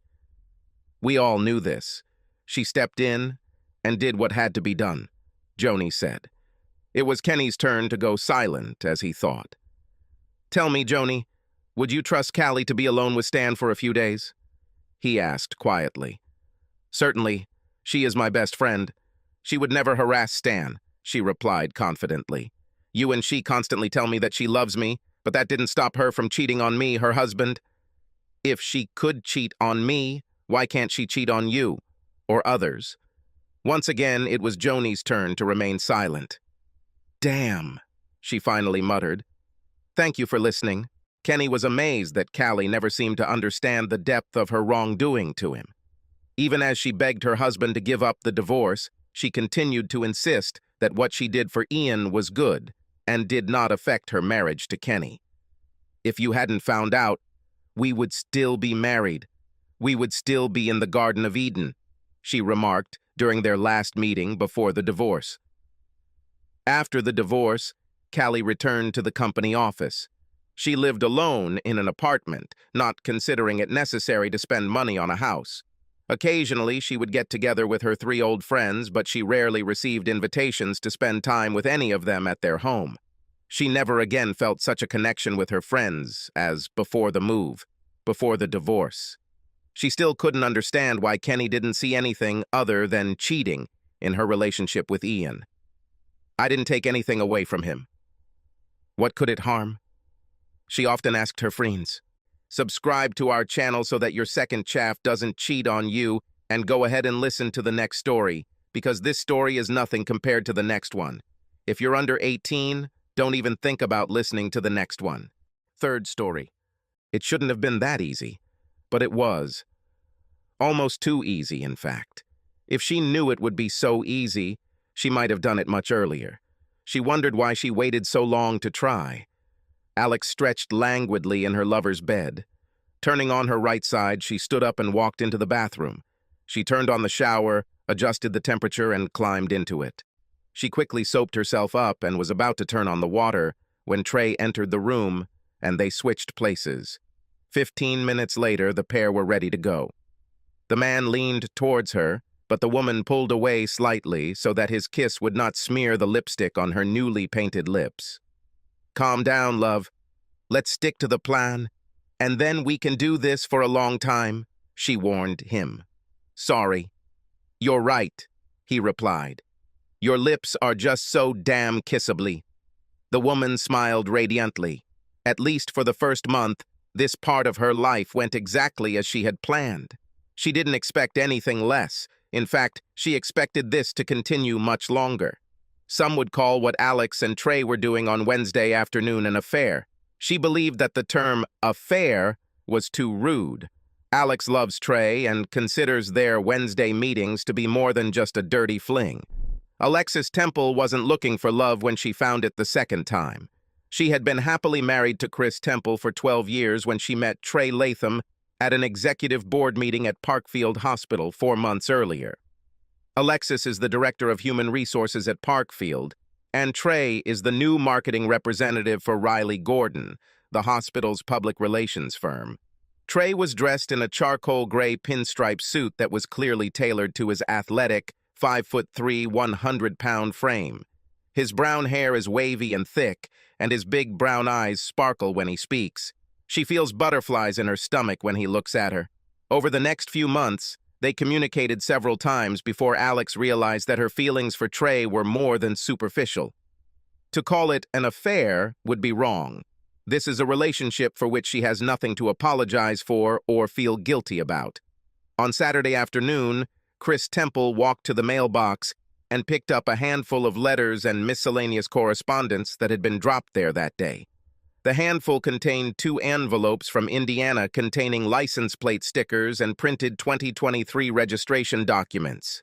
Chris opened the envelope addressed to him, attached the new sticker to his license plate, and placed the registration in the glove compartment of his car. He then opened the envelope addressed to his wife, placed a new sticker on her license plate, and tried to put her registration in the glove compartment, but the glove compartment was locked. Who locks their glove compartment? Chris thought angrily, returning to the house. He took his wife's car keys from the shelf, opened the glove compartment, and put in the new registration. He closed the box and was about to leave when a crazy thought came to him. Chris opened the glove compartment again and looked inside.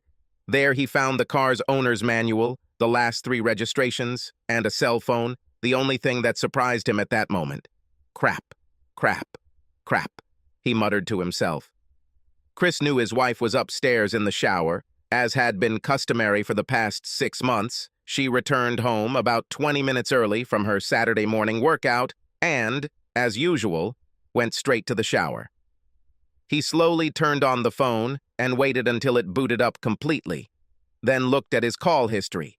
Since she didn't expect anyone to find her phone, she didn't clear her call history. There was a short list of calls, but a long list of text messages, all from one Trey Latham. Even before he saw the text messages, Chris knew his 13-year marriage was over. Reading the messages didn't change his opinion at all. Chris turned off the phone, put it back in the glove compartment, and locked it again. After hanging his wife's keys back on the rack, he listened for a second, hearing the shower still running upstairs. He went outside to mow the yard and think. The messages told Chris that his wife had been having an affair with Trey Latham for almost a year. He remembered that her late Wednesday evenings in the office began around this time. Apparently, she took a long lunch break and then added it to the end of the workday so that she could get some work done. About 6 months ago, judging by correspondence, they added Saturday mornings to their game days. Chris remembered that this coincided with his wife starting to train at a local gym. Tears welled up in my eyes. He slammed both hands on the handle of the lawnmower. Hearing the sound of a mower from the second-floor bedroom, Alex smiled. She knew that Chris liked to mow the yard, both for exercise and because he actually liked the look of a well-kept yard.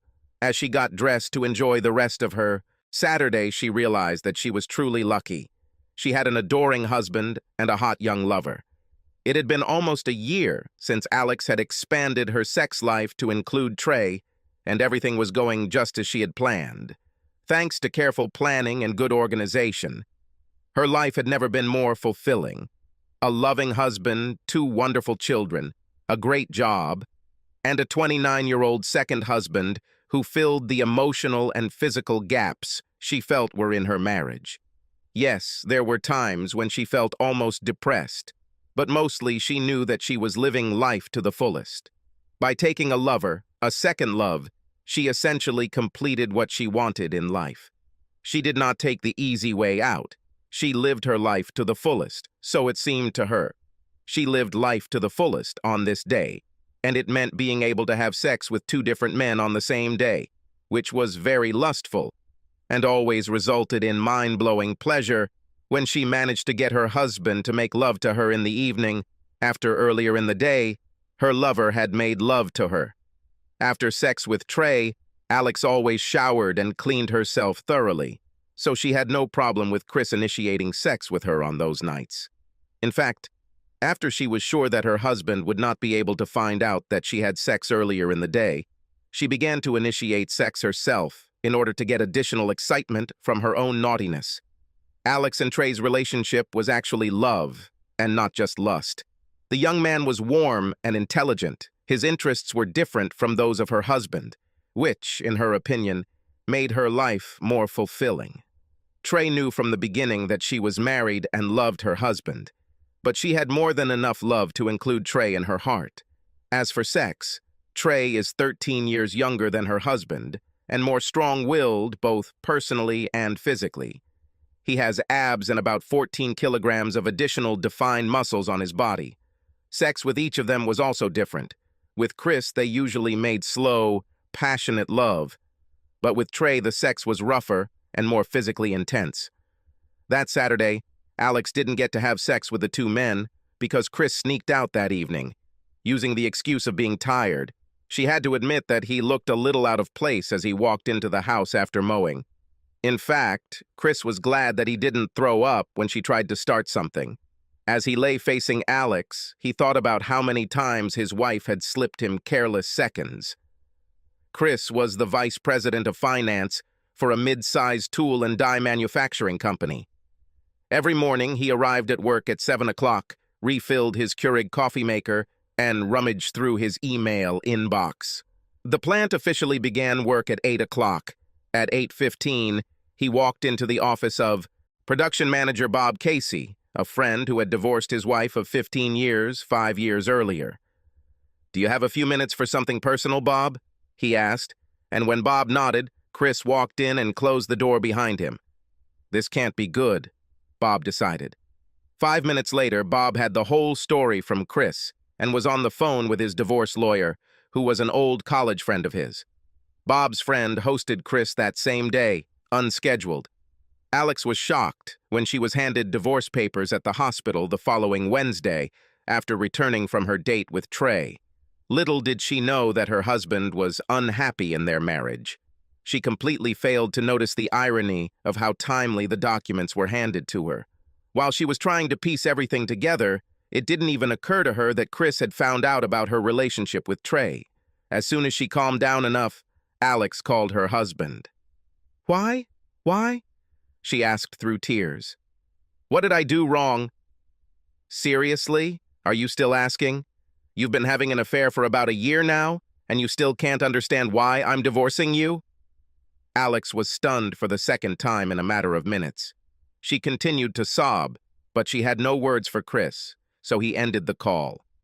As Chris expected, Alex was waiting for him at the house when he returned, rather than staying late at work as usual. "Won't Mr. McCoy be upset with you for not making up the hours for that long lunch?" Chris asked, entering the house from the garage. "I love you, honey, you know. I'm sorry I didn't tell you about Trey, but I felt it was best for everyone," Alex said. "For all?" Chris interrupted. "You and your lover are not everything." "What about me? Am I not a part of everyone?" "Yes, part of it," she said quietly. "I guess I need to explain." "Do you think so?" Chris chuckled. I didn't tell you about Trey because I knew you wouldn't understand. And you'd ruin everything like you're doing now," she began. "Am I ruining everything?" "Sorry, Mother. What exactly am I spoiling?" Chris growled. "I wasn't looking for this relationship, Chris. It just happened. And I'm glad about it. Trey is a wonderful man. You'll like him if you get to know him better. This is much more than a novel. This is much more than sex, than lust. I love him just like you, Chris. And I can't give him up, just like I can't give up on you. But we are married." "You can't love two men at the same time," Chris objected. "No, I can. Marriage does not mean that it is possible to automatically turn off your emotions, turn off love.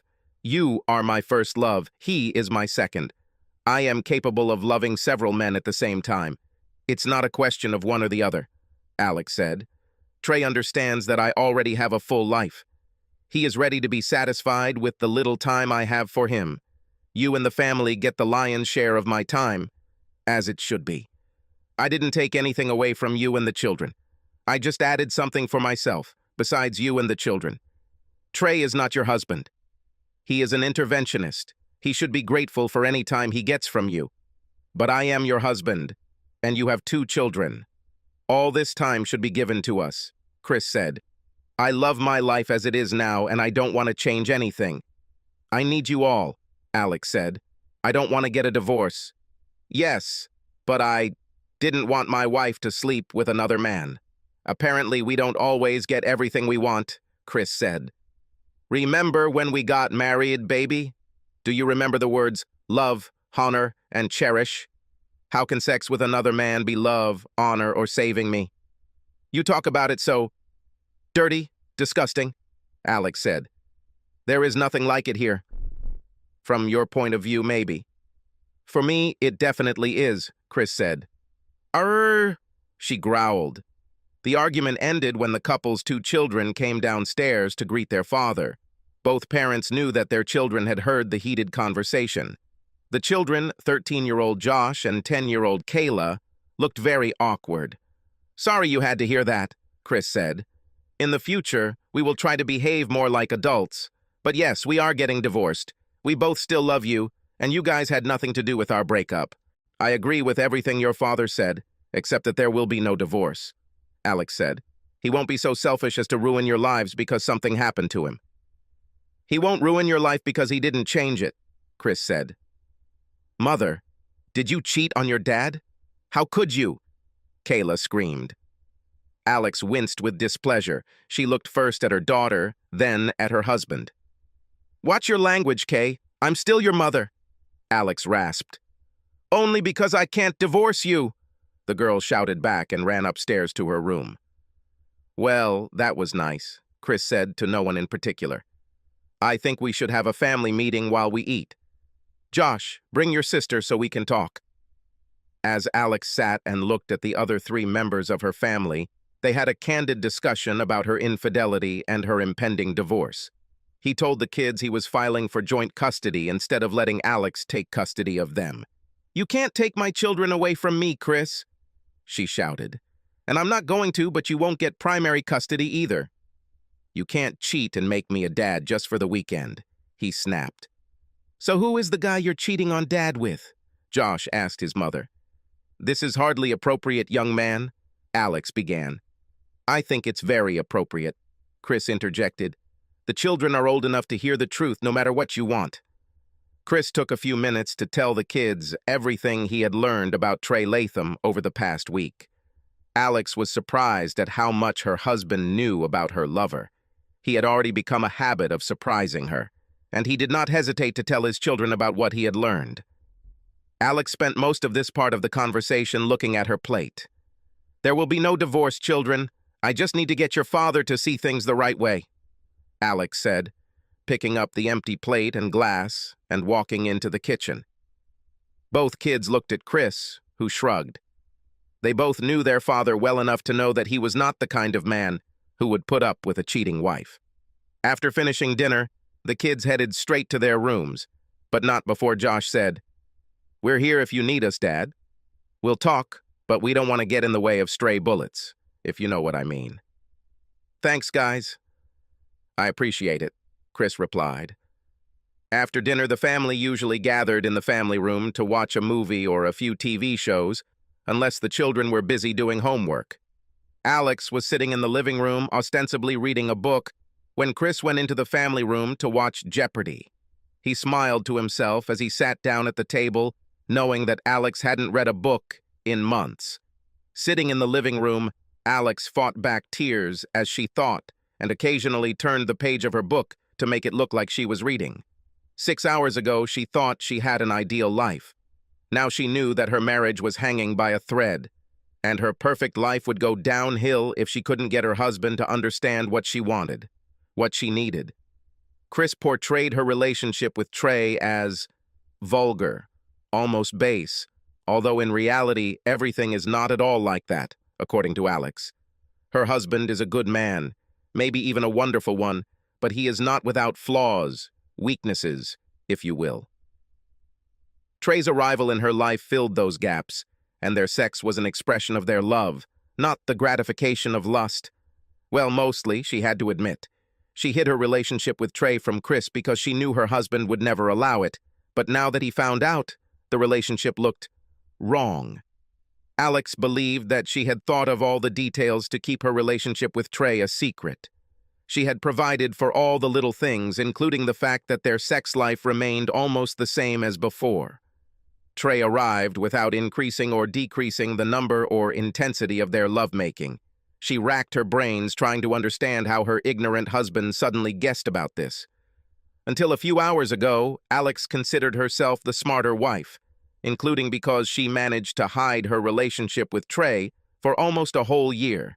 She had to admit that the first time Chris enjoyed her body, hours after Trey's, made her feel superior. Trey seemed quite happy with the state of his relationship with Alex. Although she is 13 years older than him, she has the body of a much younger woman, a beautiful face, and is smart and sociable. He was surprised at how quickly he managed to get this seemingly happily married woman into bed. She made it clear that she was interested in more than just mattress gymnastics, although she did not seek to replace her husband. This more than suited Trey, who enjoyed the freedom of being a bachelor. The only request Trey made of her was to add a second day to their weekly dates. At first, Alex refused, but after a month, she enthusiastically agreed, and so began Alex's Saturday classes. Trey tried to pretend to sympathize with Alex's situation when they met for lunch at a restaurant located away from the house where they sometimes met to eat. She called the young man to arrange a meeting shortly after arriving at her office. "Honestly, Alex, if you get divorced, it will give us more time to communicate. That's not too bad for me," Trey said, taking a bite of his sandwich. "But I know that you don't want a divorce. Are we really going to have to separate?" "I hope no. I hope I can make him see things my way," Alex said. "He's always been reasonable, and I know he still loves me. So if I can appeal to his sense of justice—" "If I had a choice, I wouldn't give up any part of you," Trey interjected. "Why should your husband?" "Because he loves me. And I just need to make him understand that maintaining the status quo makes me happy and doesn't affect our love for each other, she said. But until I can convince him, I think we need to calm down a little. It would only hurt the matter if I looked like I was rubbing his face in it. Chris wasn't surprised when Alex didn't show up for her workout on Saturday morning. He knew she was smart enough to step back, at least visually, from her relationship with Trey. Still, he just had to poke the bear to gauge her reaction. At this point, you might as well go to your lover, baby. I've already filed for divorce and I'm not going to change my mind, Chris said as he and Alex sat in the family room while their children were outside. Just because you applied doesn't mean you can't change your mind, honey, she said. Do you love me, Chris? What about children? More or less than me? She asked quickly. Alex caught him off guard. She could see the wheels turning in his head, trying to find the right answer. I love you all equally, but in different ways. You know it. What do you mean? Chris asked. To the fact that people can love many people on different levels, different and the same at the same time, she said. I love you, the children, and Trey, everyone equally, and at the same time in different ways. I can't stop loving any of you. I love you, Chris, and I need you. You are my husband, and as the father of my children, you can have me most of the time. But I also love Trey. In a different way, and at the same time just like you. But since he is not a member of our family, he has to be content with less of my time. Although he would have liked more, he accepted the role.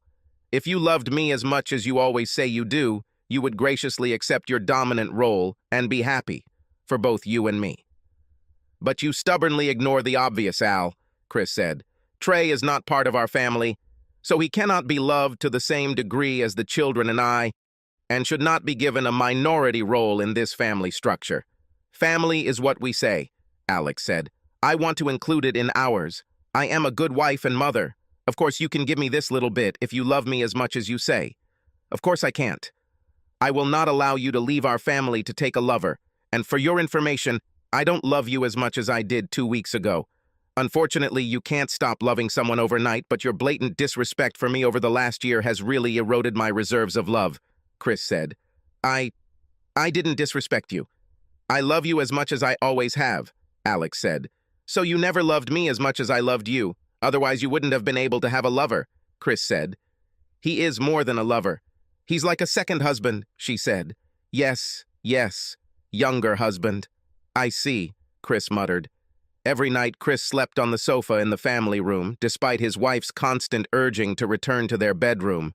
We can't talk unless we're in the same bedroom at night, she noted. Alex's eyes got big when, at their first meeting with the lawyers, Chris's lawyer started talking about selling the house and dividing the property. You can't be serious. I don't want to get a divorce, Alex said. Well, it will happen, so get used to it. We need to sell the house so we can both afford something bigger than a closet, Chris said. Fine, you won, Alex practically screamed. I'll leave him, I promise. As if I can trust your promises. You had no problem breaking our oath. I don't understand why I should trust your promises. You'll figure out a way for me not to catch you next time, and you'll cheat behind my back, Chris said. It's not about winning, you stupid woman. It was me who lost. Our children lost. Alex lowered her head in shame. What if I let you take a toy? Will we be even? She asked. You just don't understand, Al. I probably wanted just you and me. Chris felt uneasy when a week later, his father-in-law and mother-in-law called and asked why he and their daughter were getting a divorce. He decided that since they were her parents, she should have told them. He always got along well with Alex's parents, calling them Mom and Dad, just like he called his parents. I'm really sorry, guys, he said sadly. I didn't call because I thought Alex would tell you. You know what they say when you assume. His father-in-law gasped when Chris told them both that their daughter was cheating on him with Trey Latham. Are you sure, son? That doesn't look like my girl, George Taylor said breathlessly. Well, it's not really treason, George. She loves them both. And she doesn't want to get a divorce, said Velma Taylor. Two mouths opened wide in shock, a mile apart. What the hell is going on here, Velma? George barked. "What do you know about this?" "He's a good guy, George. You'd like him. She doesn't cheat. She loves them both," Velma said. "What nonsense are you talking about, Velma?" "Explain everything quickly and clearly, otherwise there will be a second divorce," said George. Chris's mother-in-law apparently knew about Alex's infidelity, but continued to insist that it was not cheating because her daughter loved both men. "This is not cheating, but polyamory," Velma said confidently. "Well, if this is polyamory, then why don't I have anyone on my side? And why do I seem to be the only one who hasn't been told about these plans?" "Well, apparently me and Dad," Chris said. "She cheated on Chris, and you remained silent?" "I owe you some, Vel," George said. "Sorry, son. He's a good guy, George. You'll see that when you meet him," Velma said. "Will you meet? I don't want to meet my daughter's boyfriend." "He wouldn't have sex with a married woman if he was such a nice guy," George said. "Thank you for your understanding, Dad," Chris said. Trey held back his personal celebration of the end of his divorce from Alex, trying to look concerned, but in reality he wanted to jump and scream. After a year in which he sought to spend more time with his mistress, he was going to get his wish every 2 weeks, since Alex and Chris would be getting their babies for a week each. Alex tried her best to avoid seeing Trey the first week Chris had the kids, but after crying for a week, she practically begged to spend a week with Trey the next time Chris was with the kids. That first Monday, when Alex stayed overnight, Trey made dinner and dessert for the first time since they had been together. Trey placed an order at his favorite Italian restaurant, and everything was ready when Alex walked in on him after work. "Wow. Candles and everything else. Very kind, Trey. A girl can get used to this kind of treatment," Alex said. Trey played Alex's favorite music, classical, on the stereo throughout dinner. She smiled broadly at the young man, noting to herself that her now ex-husband only liked classic rock.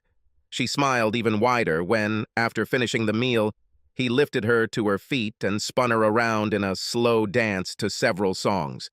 They cleaned themselves up and retired to Trey's bedroom, where they spent the rest of the night having sex, first gentle and then more energetic. Alex was sure that the evening gymnastics in the bedroom was one of the best in her life. Maybe divorce won't be so bad after all, she thought to herself. Trey was delighted when he woke up this morning hugging Alex. 20 minutes and one change of position later, they lay face to face, breathing heavily from exertion. "Damn it, I'll be late if I don't hurry up," Alex said.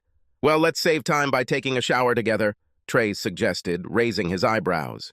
"It definitely won't save time," Alex replied. "You will stay here until I finish. I promise to be quick." Friday night was the first time they were together at a restaurant in public. Alex was wearing a sexy short red dress that she bought especially for the occasion. "Damn, woman, you're gorgeous," Trey said. She knew she looked sexy, and she and Trey made an attractive couple. Several times during the evening, she saw men staring at her.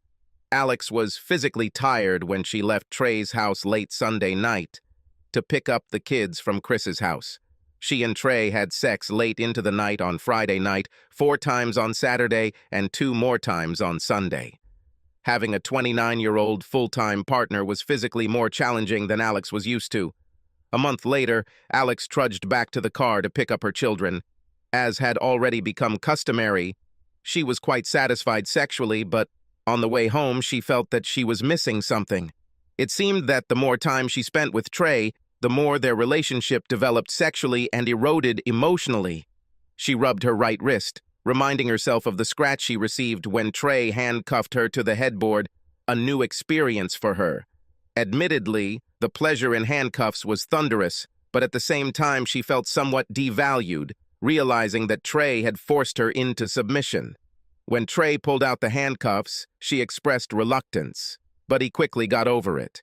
After which she lay down separately from the young man, noting to herself that Chris had never made her feel like anything other than an equal partner in bed.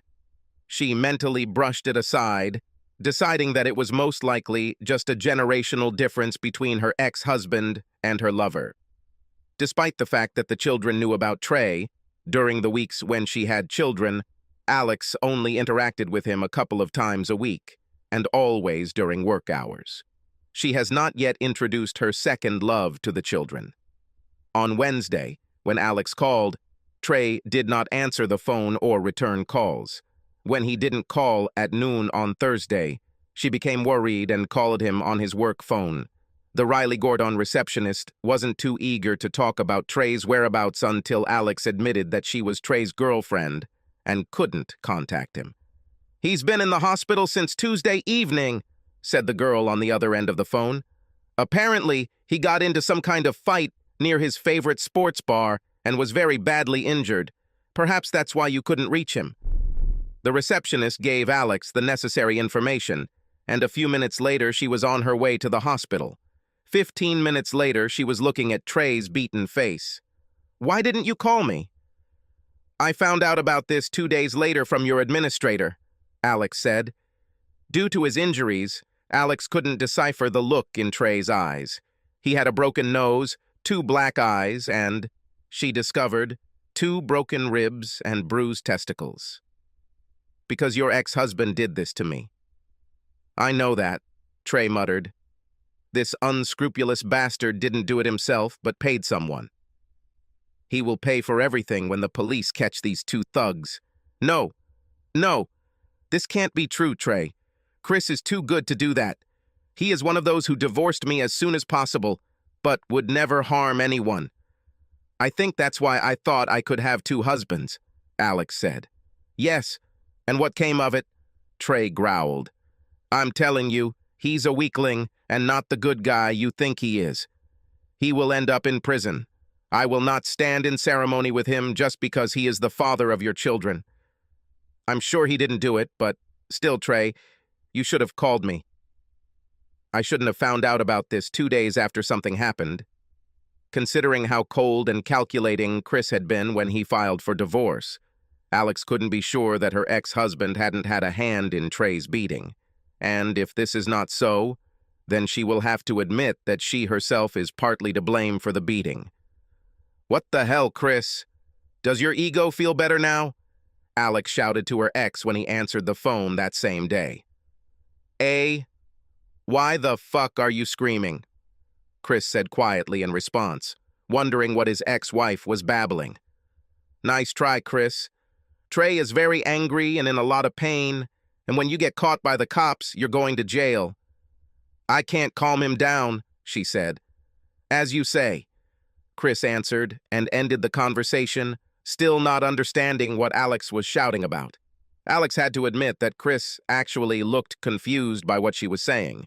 She wondered when he had become so good at pretending to be innocent. How ironic. The police showed up at Chris's house about 20 minutes after he talked to Alex on the phone. "I made fresh coffee. I was waiting for you guys since my ex called a few minutes ago. From what she said, I'm guessing something happened to her beloved second husband. And I'm the #1 suspect," Chris said. Chris poured coffee for both officers and patiently answered questions for about 15 minutes. As they left, the officers agreed that it did not appear that the jilted ex-husband was a suitable suspect. A month later, police ruled Chris out as a suspect in Trey's beating. A few weeks later, Chris and his father-in-law were sitting quietly in a bar on the outskirts of town, enjoying a couple of glasses of Angel's Envy rye. "Thank you, Dad." "I owe you a big debt," Chris said quietly. "The damned police were absolutely sure that I was involved in beating this stupid bastard. Yes, you were such an obvious target that they simply could not help but notice you. But you don't owe me anything. I owe you this for what my stupid daughter did to you.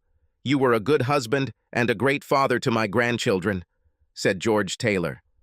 "I'll tell you what. From now on, you will have to buy drinks. I can get used to this expensive booze." They both clinked glasses and took a sip of the amber liquid. 2 months after Trey's attack, Alex had not had sex for so long that she could hardly stand it. She had met another young man for whom she had developed feelings, and although it was not love, she needed physical intimacy. From having 2 husbands providing intimacy just a few months ago to having had no intimacy for 2 months, Alex was desperate. She thought about bringing it up with Trey, but their relationship wasn't as close as it had been before the attack, and since he didn't mind being the other man in a polyamorous relationship when she was married to Chris, he should be fine being the first man in such a relationship. For her own peace of mind, she decided that, if necessary, she would ask for forgiveness later, but would not be the first to seek permission. Delmont Lafleur was almost as big as Trey, 5'9", 98 kilograms, and he looked maybe a little better, although not quite as rugged. He grew up in New Orleans and had a mixture of Cajun and old-fashioned Southern accent. He is 25 years old, more polite, but less arrogant than Trey. He works as a junior manager at a local firm, and from the moment Alex met him in line at the local Starbucks a few months ago, she wondered if he could replace her ex-husband in the new polyamorous trio. I decided it was time to find out. By the time Trey was physically able to have sex again, Delmon had firmly occupied his former role as Alex's second husband. Alex saw her second boyfriend twice a week in the weeks when she had children who were old enough to take care of themselves for the few hours she was away from home on Wednesday evenings and Saturday mornings, like she did when she was married. Just as importantly, Trey didn't need to know any more about Delmon than Chris needed to know about Trey, Alex noted.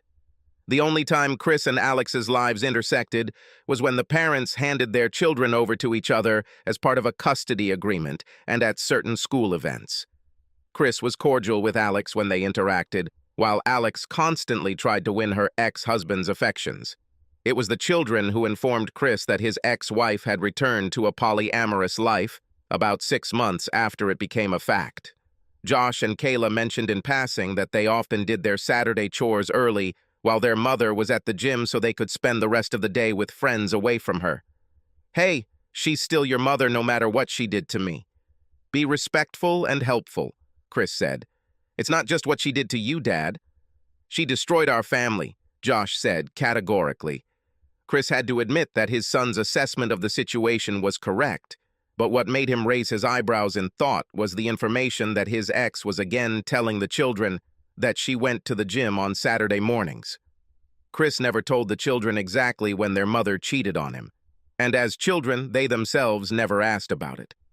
Chris put this information off until next week, when Alex had the kids.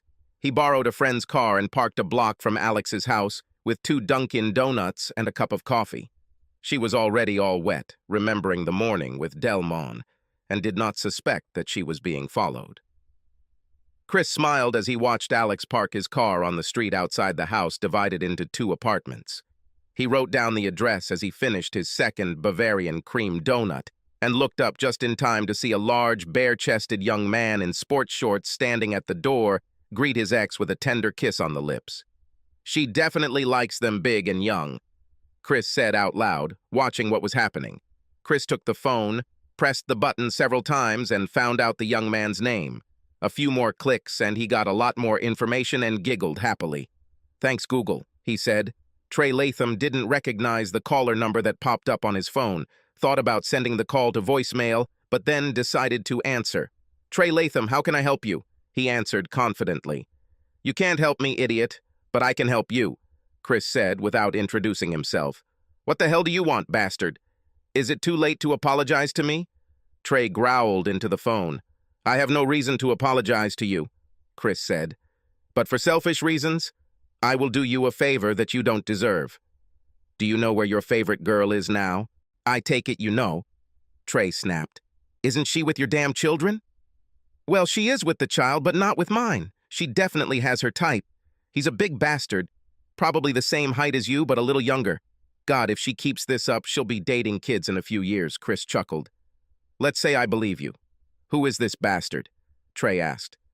"According to Google, he is Delmont Lafleur, lives at 1234 William Street. You'll have to figure out the rest yourself." "I'm out of coffee," Chris said. Alex barely had time to walk into Trey's house on Monday after work when Trey attacked her, only this time not literally, but figuratively. "What the hell, Alex?" Trey shouted. "How long has this been going on? I already told you that I will never share with you." "A little hypocritical of you, don't you think?" The woman grinned in response.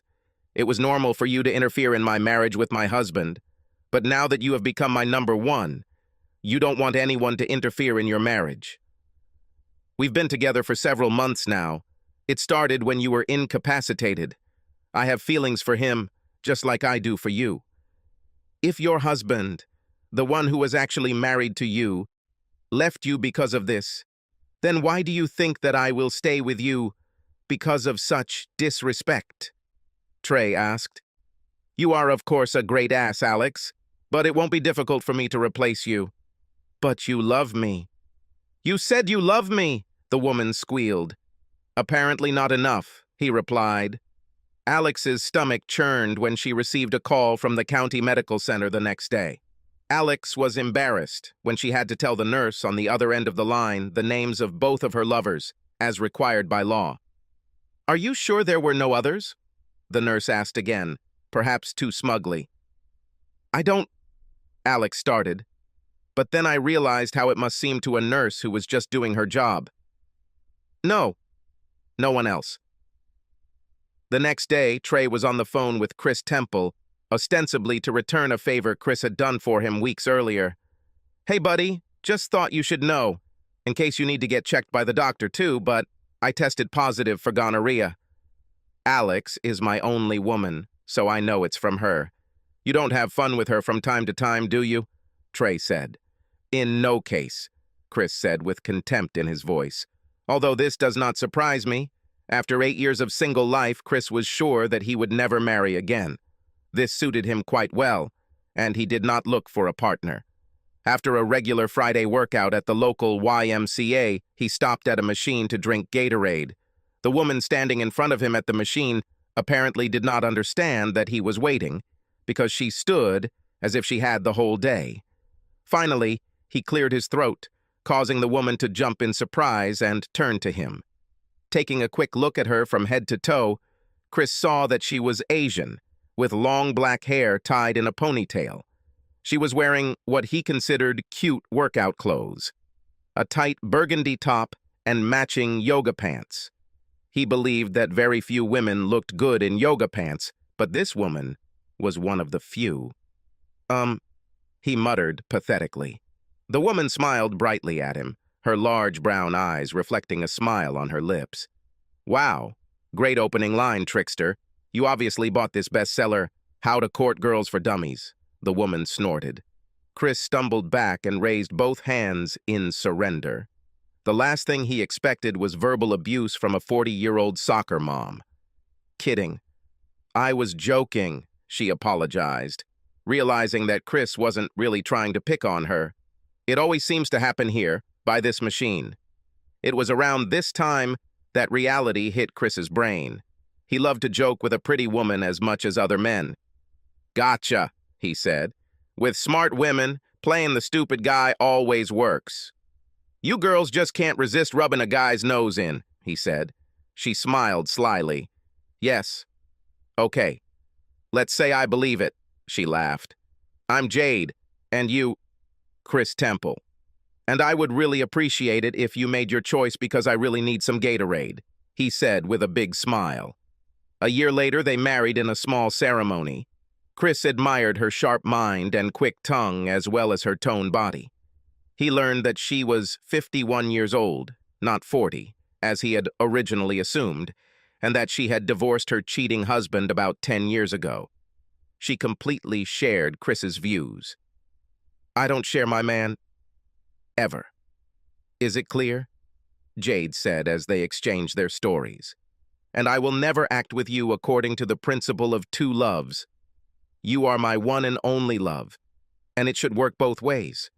Subscribe to our channel so that your second chaff doesn't cheat on you, and go ahead and listen to the next story, because this story is nothing compared to the next one. If you're under 18, don't even think about listening to the next one.